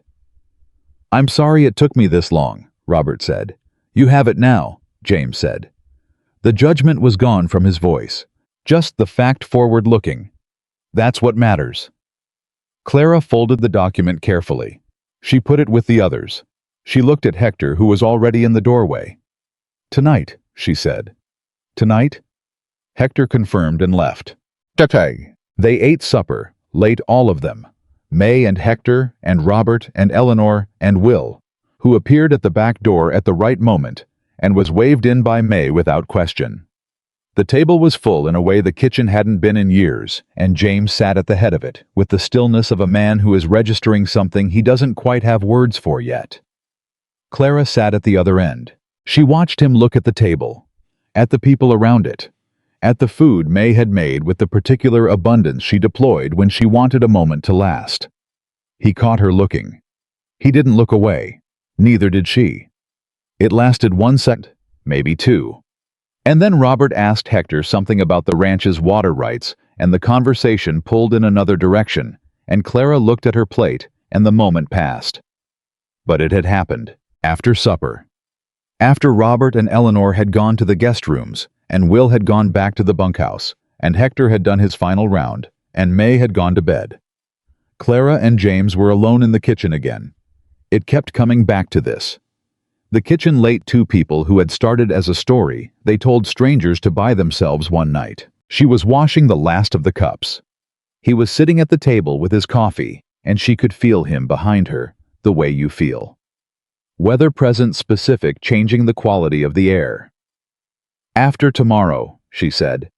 Not turning around yet. After tomorrow, he said. If the hearing goes the way it should go. It'll go the way it should go. If it does. She finished the cup and dried her hands and turned around. I need to think about what comes next. For me. Where I go. What I do. He looked at her. His face was doing the thing it did. The controlled surface, the something moving underneath. You don't have to figure that out tonight, he said. No, she said. But I should tell you, she paused, found the right words. I haven't been pretending to belong here. I've been aware the whole time that I don't. That this is borrowed. That the arrangement we made was practical, and I should not. She stopped. Should not what? He said quietly. She looked at him directly. Should not have let it feel like more than it was. The kitchen was very quiet. James set down his coffee cup. He stood up. He walked to the basin where she was standing, and he stopped about 2 feet away, which was close enough that she could see the exact quality of his expression, not the controlled surface, the thing under it. Clara, he said, what if it was more than it was? She didn't move. James, what if I'm asking you to stay? He said, not because of the legal situation, not because of Whitmore, not because you're useful to the ranch, or because of any practical reason at all. What if I'm asking because this house has been a place I kept running since Margaret died, and for the first time in 4 years, I don't want to run it. I want to live in it. His voice was level, but it cost him something. She could hear the cost. What if I'm asking because I haven't looked forward to coming inside at the end of a day since 1883, and this week I have? She looked at him. Her chest was doing something complicated. That's not a small thing to say, she said. No, he agreed. It isn't. I came here with nothing, she said. I have a legal case and a carpet bag, and a brother who is still sorting out who he is. I'm not. She stopped. I'm not a woman in a position to be chosen. I'm a woman who has been someone else's problem for 6 days. You have never been a problem, he said. Not once, not for a single hour. He said it the way he said everything. He meant no ornamentation, just the plain fact, immovable. You walked into a dangerous situation and organized it into something winnable. You fixed my stove and read a room full of men correctly and figured out the legal angle my attorney missed. You talked your brother back from the worst decision of his life. A pause. You put Margaret's rosemary jar where it could be seen again. She hadn't known he'd noticed that. James, she said, and her voice was quieter than she intended. I'm not asking you to decide tonight, he said. I know better than to ask for everything at once. I'm asking you to know that the option exists, that when Monday is done and the case is settled and you have your life back to do with what you choose. He looked at her with those clear eyes that didn't leave room for pretending. You can choose this, if you want to. She breathed. The kitchen around them was warm and quiet. She could hear the ranch settling into night, the familiar sequence of sounds she had learned in 6 days, as completely as if she had learned them over years. The east fence gate, the barn door, the particular creak of the porch boards on the north side. She had learned this place. She had let it learn her. I'm afraid, she said. It was the most honest thing she'd said to anyone in 2 years. So am I, he said. And the admission landed with the full weight of a man who did not make that kind of admission casually. I have been every day since you sat down next to me and put your hand on my arm. She looked at him, and she did something she hadn't planned. She reached up and put her hand on his arm again, not the emergency gesture of that first night in the Silver Horn, not the performance for Silas Crane's benefit. Just her hand on his arm, deliberate and quiet, and entirely for herself. He went very still. Then his hand came up and covered hers. They stood like that in the kitchen for a moment. That was not dramatic and not small, just the plainest possible version of two people deciding something without saying it out loud. Get some sleep, he said. His voice was rough in a way it hadn't been before. James, she said. Tomorrow first, he said. Whitmore first. And then. He didn't finish the sentence because he didn't need to. She nodded. She took her hand back. She walked to the door. She stopped. For what it's worth, she said without turning around. I stopped calculating the exits 3 days ago. She went upstairs. She lay in the east room in the dark and listened to the ranch and thought about tomorrow and about choices and about a man standing in a kitchen with his hand over hers, rough and warm and completely certain. She thought about one night that had become 6 days. She thought about what 6 days could become. She did not think about exits. She thought about doors. Monday was 9 hours away. She was ready. The morning of the hearing arrived cold and clear, the kind of morning that doesn't apologize for what it is. Clara was dressed before 5. She sat at the kitchen table in the dark with her coffee and her notes. 3 pages of observations she'd written after midnight cross-referencing Fry's counter-petition with the debt document Robert had produced, looking for anything she'd missed. She hadn't missed anything. She'd checked 4 times. James came downstairs at 5:15 and stopped when he saw her. You slept, he said. 4 hours, she said. It was enough. He poured his coffee and sat down across from her and looked at the 3 pages of notes without touching them. Fry's going to do well today, he said. I know, she said. I'm not worried about Fry. What are you worried about? She looked up. Whitmore doing something in that courtroom I haven't anticipated. You've anticipated everything. I've anticipated everything I can think of, she said. That's different. He nodded. He understood the distinction. They sat together in the early dark, drinking their coffee, and the house was quiet around them, with the specific quiet of a place holding its breath. May came down at 5:30, looked at both of them, and started making breakfast without comment. Robert and Eleanor appeared at 6.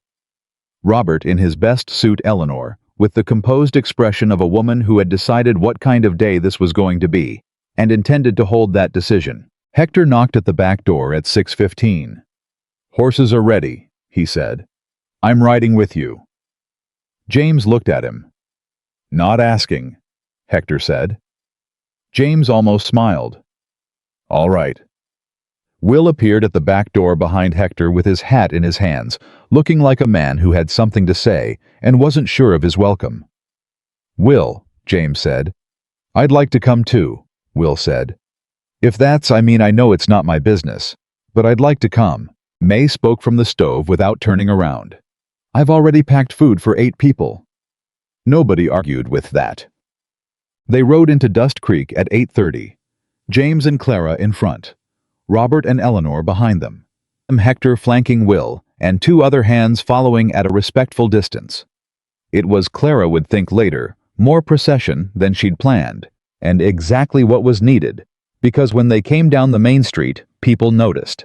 The kind of noticing that spreads from a doorway to a window to a shop counter, and moves through a town faster than any telegram. The courthouse was a square building at the end of the street, practical and unadorned, with a flag moving lazily in the morning wind. Silas Crane was standing on the steps. He saw them coming, and his face did something careful and controlled, and Clara watched him do the arithmetic. The number of people, the presence of Callahan himself, the specific upright quality of Robert Bennett, who had been Whitmore's instrument and was now something else entirely. Crane turned and went inside without speaking. Edmund Fry met them at the door. He was wearing the same suit as the first day, or one indistinguishable from it, and he had the alert, slightly compressed energy of a man who had been working since before dawn. "You found everything I needed," he said to Clara first. "Robert found it," she said. Fry looked at Robert. "The original dead instrument is the strongest piece we have. When I present it, they'll object immediately. Irrelevant, prejudicial, outside the scope of the contract dispute. Be ready for that." "What's your response to the objection?" Clara asked. "That it's the foundational document establishing the fraudulent context in which all subsequent instruments were created," Fry said. "I need about 90 seconds with Pemberton before they can interrupt. 90 seconds is enough." He looked at James. "He'll try to have you removed from the courtroom." "On what grounds?" "Undue influence. He'll argue your presence is intimidating the process." "Is that a recognized motion?" James said. "Not a strong one. Pemberton will deny it." Fry paused. "But it'll be the first thing out of Crane's mouth when court is called. Be ready to sit calmly while he says it." "I've been sitting calmly through things that warranted the opposite for 6 days," James said. "I can manage another morning." Fry looked at him for a moment, with the specific regard of one professional for another. "Good," he said. "Clara, you're at the table with me. When I need something, I'll press my hand flat on the table. That's your signal to hand me the next document in the order we established last night." "Understood," she said. Robert, you'll be called as a witness in the second phase. Until then, you sit behind us, and you look exactly as settled as you need to look." Fry glanced at his watch. "We have 6 minutes. Let's go in." The courtroom was smaller than Clara had imagined, low-ceilinged, with 2 long tables facing a raised bench and a gallery of wooden benches that was already more than half full. News had clearly moved through Dust Creek ahead of them, because the people sitting in the gallery had the alert, forward-leaning quality of an audience that had heard the opening act was worth seeing. Whitmore was already seated at the far table. It was the first time Clara had seen him since Cheyenne, and the sight of him moved through her like cold water. Not fear exactly, not anymore, but the physiological memory of it. He was a large man, silver-haired, with the deliberate bearing of someone who had spent decades being the most powerful person in any room and had shaped himself around that expectation. He did not look at her when she came in. That was its own kind of statement. Silas Crane looked at her. His face was completely neutral, and she had learned by now that his neutrality was his most dangerous expression. It meant he was focused. She sat down at the table beside Fry. She put her notes in order. She did not look at Whitmore again. James sat behind her 1 row back, and she could feel his stillness at her back, like a hand between her shoulder blades. Not touching. Just there. Judge Pemberton came in at 9 exactly. He was a compact, gray-haired man with reading glasses he wore pushed up on his forehead and an expression that suggested he had heard every possible argument in his 30 years on the bench and had strong opinions about which ones wasted his time. He settled at the bench, looked at both tables and said, "We're here on a petition for injunction filed by the plaintiff Whitmore Holdings and a counter-petition for voidance filed by the defense. I've read both filings. Counselors, are we ready?" "Ready, Your Honor," Fry said. "Ready," Crane said. "Then let's proceed without theater," Pemberton said. "Mr. Crane." Crane stood. He was composed, efficient, and immediately devastating. He presented Whitmore's case with the clean precision of someone who had built it carefully and knew exactly which beams were load-bearing. The betrothal agreement executed voluntarily by Robert Bennett as legal guardian. The consideration of debt forgiveness, 60% of which was documented as delivered. The abandonment of the agreed arrangement by the respondent Clara Bennett, who had departed Cheyenne before the contracted terms could be fulfilled. And then, with the specific timing of a man who knows where his strongest moment is, Crane presented something Clara had not anticipated. A second witness statement. A woman named Dorothea Hale, former neighbor of the Bennett household in Cheyenne, attesting that she had personally observed Clara Bennett in the weeks before her departure, discussing her plans to leave with a third party and taking items of value from the marital home, suggesting premeditated flight and deliberate breach of the forthcoming contractual obligation. Clara kept her face completely still. Fry pressed his hand flat on the table. She passed him the first document, the original debt instrument, without looking at it. "Your Honor," Fry said, standing. "The defense moves to enter Exhibit A into evidence." Crane was on his feet before Fry finished the sentence. "Objection. Irrelevant to the contract question before this court. The validity of the debt is a separate matter and has no bearing." "It has direct bearing," Fry said with the unhurried authority of a man who has been waiting for exactly this. "The document I'm submitting is the original debt fabrication instrument, dated 30 days prior to the betrothal agreement, bearing the seal of Whitmore Holdings. It establishes that the debt used as consideration in the betrothal agreement was not a pre-existing obligation. It was manufactured specifically for the purpose of coercing the signature of Robert Bennett." He set the paper on the judge's bench. "The consideration was fraudulent in its origin. The contract built upon it is therefore void in its entirety." Pemberton picked up the document. He looked at it for a long moment. Crane said, "Your Honor, any claim regarding the debt's origin is immaterial." "Mr. Crane," Pemberton said without looking up from the document, "I'll tell you when something is immaterial in my courtroom." He read another moment. "This document appears to predate the betrothal agreement by 30 days. "Yes, Your Honor," Fry said. "And it bears a Whitmore Holdings seal." "Yes, Your Honor." Pemberton set the document down and looked at Whitmore's table for the first time. Henry Whitmore's face had not changed, but his hands, Clara noticed, had shifted slightly on the table in front of him. Just slightly. The way a man's hands shift when the ground under him moves and he's trying not to show that he felt it. "Continue, Mr. Fry," Pemberton said. What happened in the next 40 minutes was less like a legal argument and more like the careful dismantling of a structure that had been designed to look permanent. Fry worked methodically.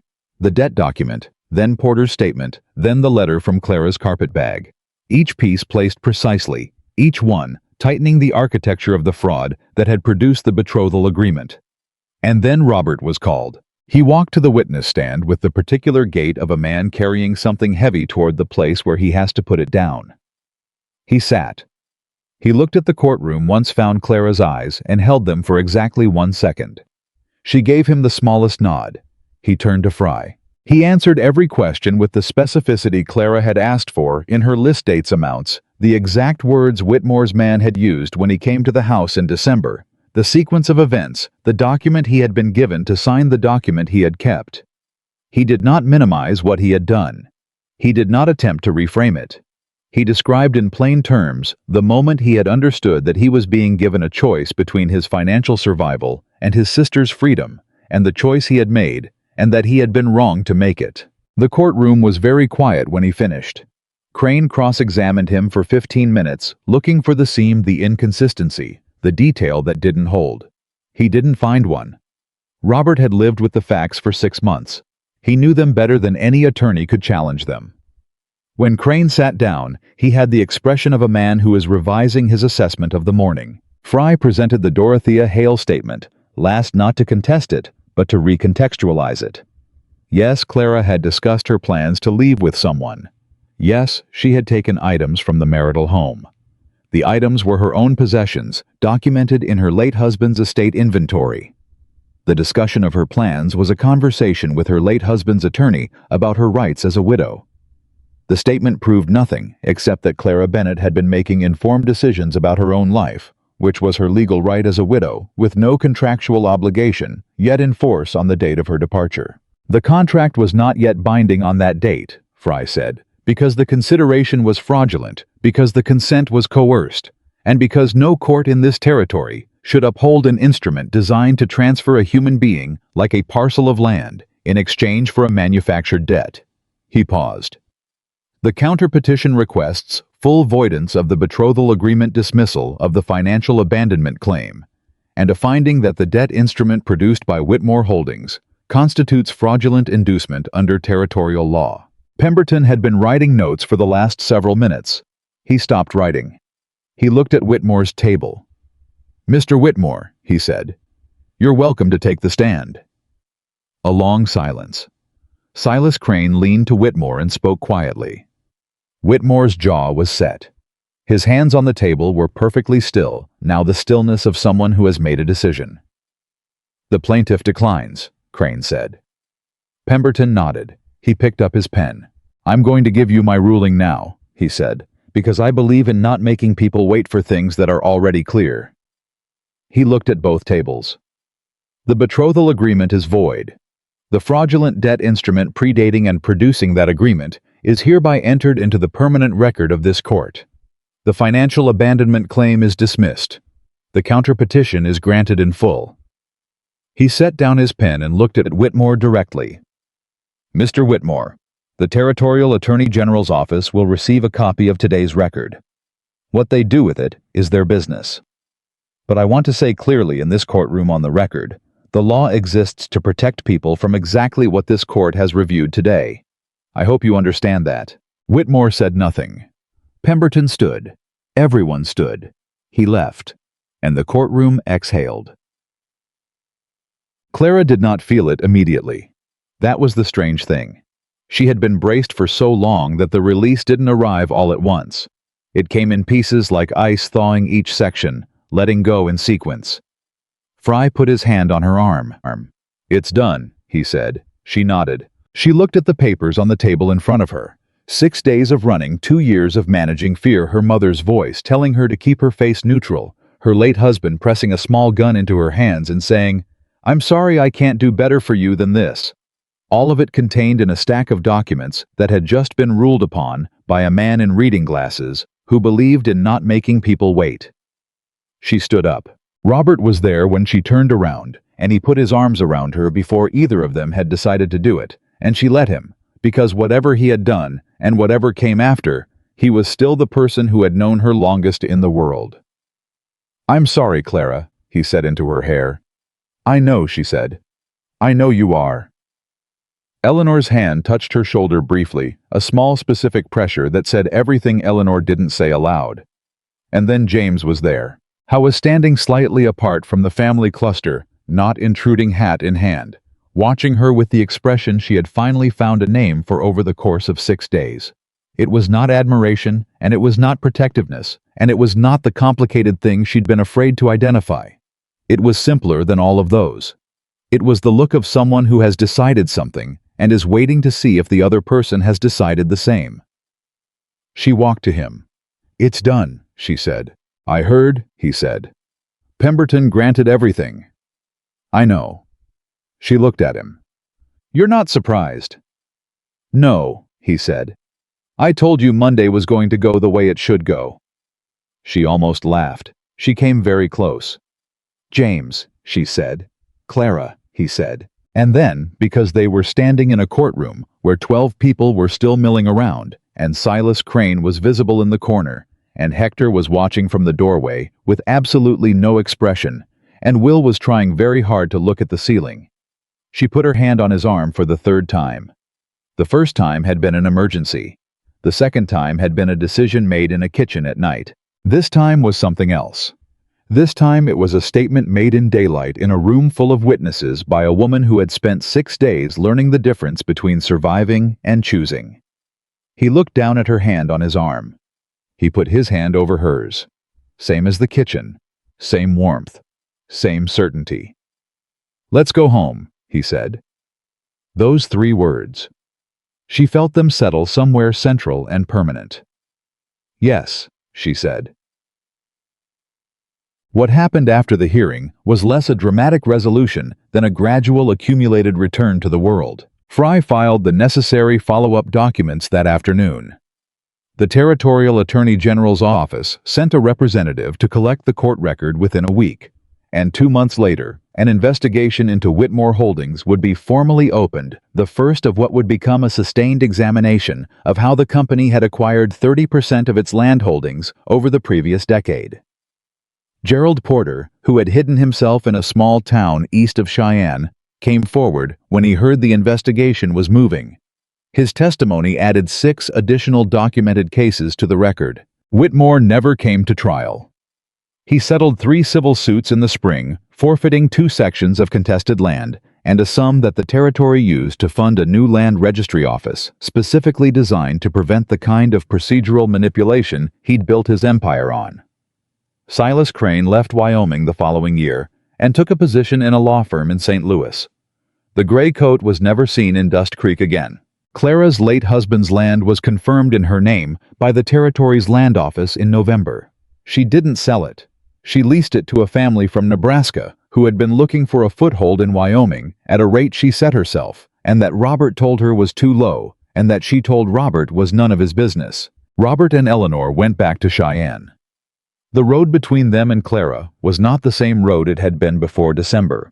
It was narrower in some places and wider in others, and they were all still learning to navigate it. But they did navigate it.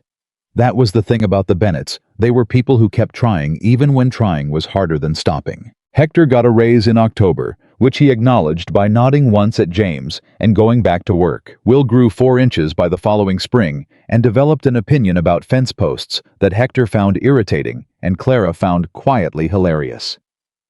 May bought herself a new set of cooking pots in December, with money she had been setting aside for 3 years.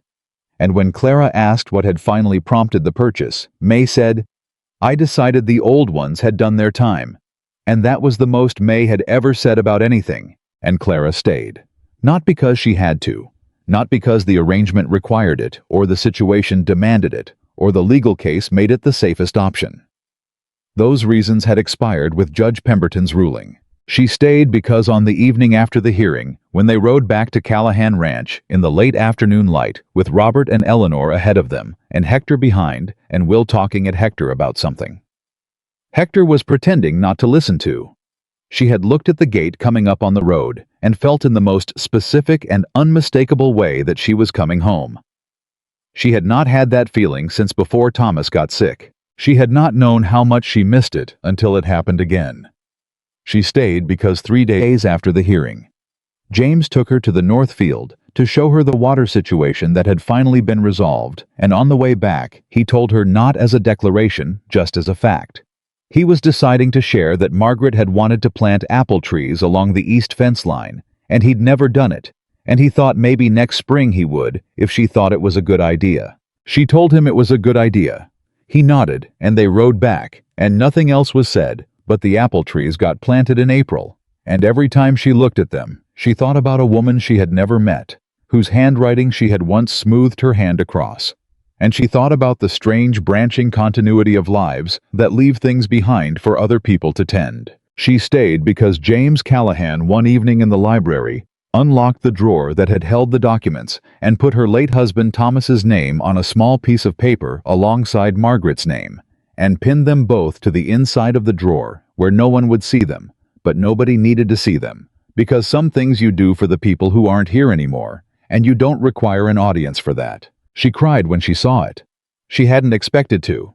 He handed her his handkerchief and said nothing and stood next to her until she was done, which was exactly the right thing. He was often exactly the right thing in ways that accumulated quietly over time. The conversation that mattered most happened in November, 4 months after the hearing, on a cold, clear evening after supper, when May had gone to bed and the house had settled into the particular stillness that Clara had come to know as her favorite time of day. James came into the kitchen where she was reading and put a set of papers on the table beside her book. She looked at them. Legal documents. Land transfer drawn up by Edmund Fry. The North Field and the East Pasture, two of the most valuable sections of Callahan Ranch, transferred into her name jointly with his. She looked up at him. "What is this?" she said. "What it looks like," he said. "James, this is half the best land on this ranch." "Yes." "I didn't—" She stopped. "I haven't asked for anything from you. I want you to know that. I have never wanted—" "I know," he said. He pulled out the chair across from her and sat down. "That's exactly why." He looked at the papers and then at her. "When Margaret and I built this place, we built it together. Every section has her work in it as much as mine.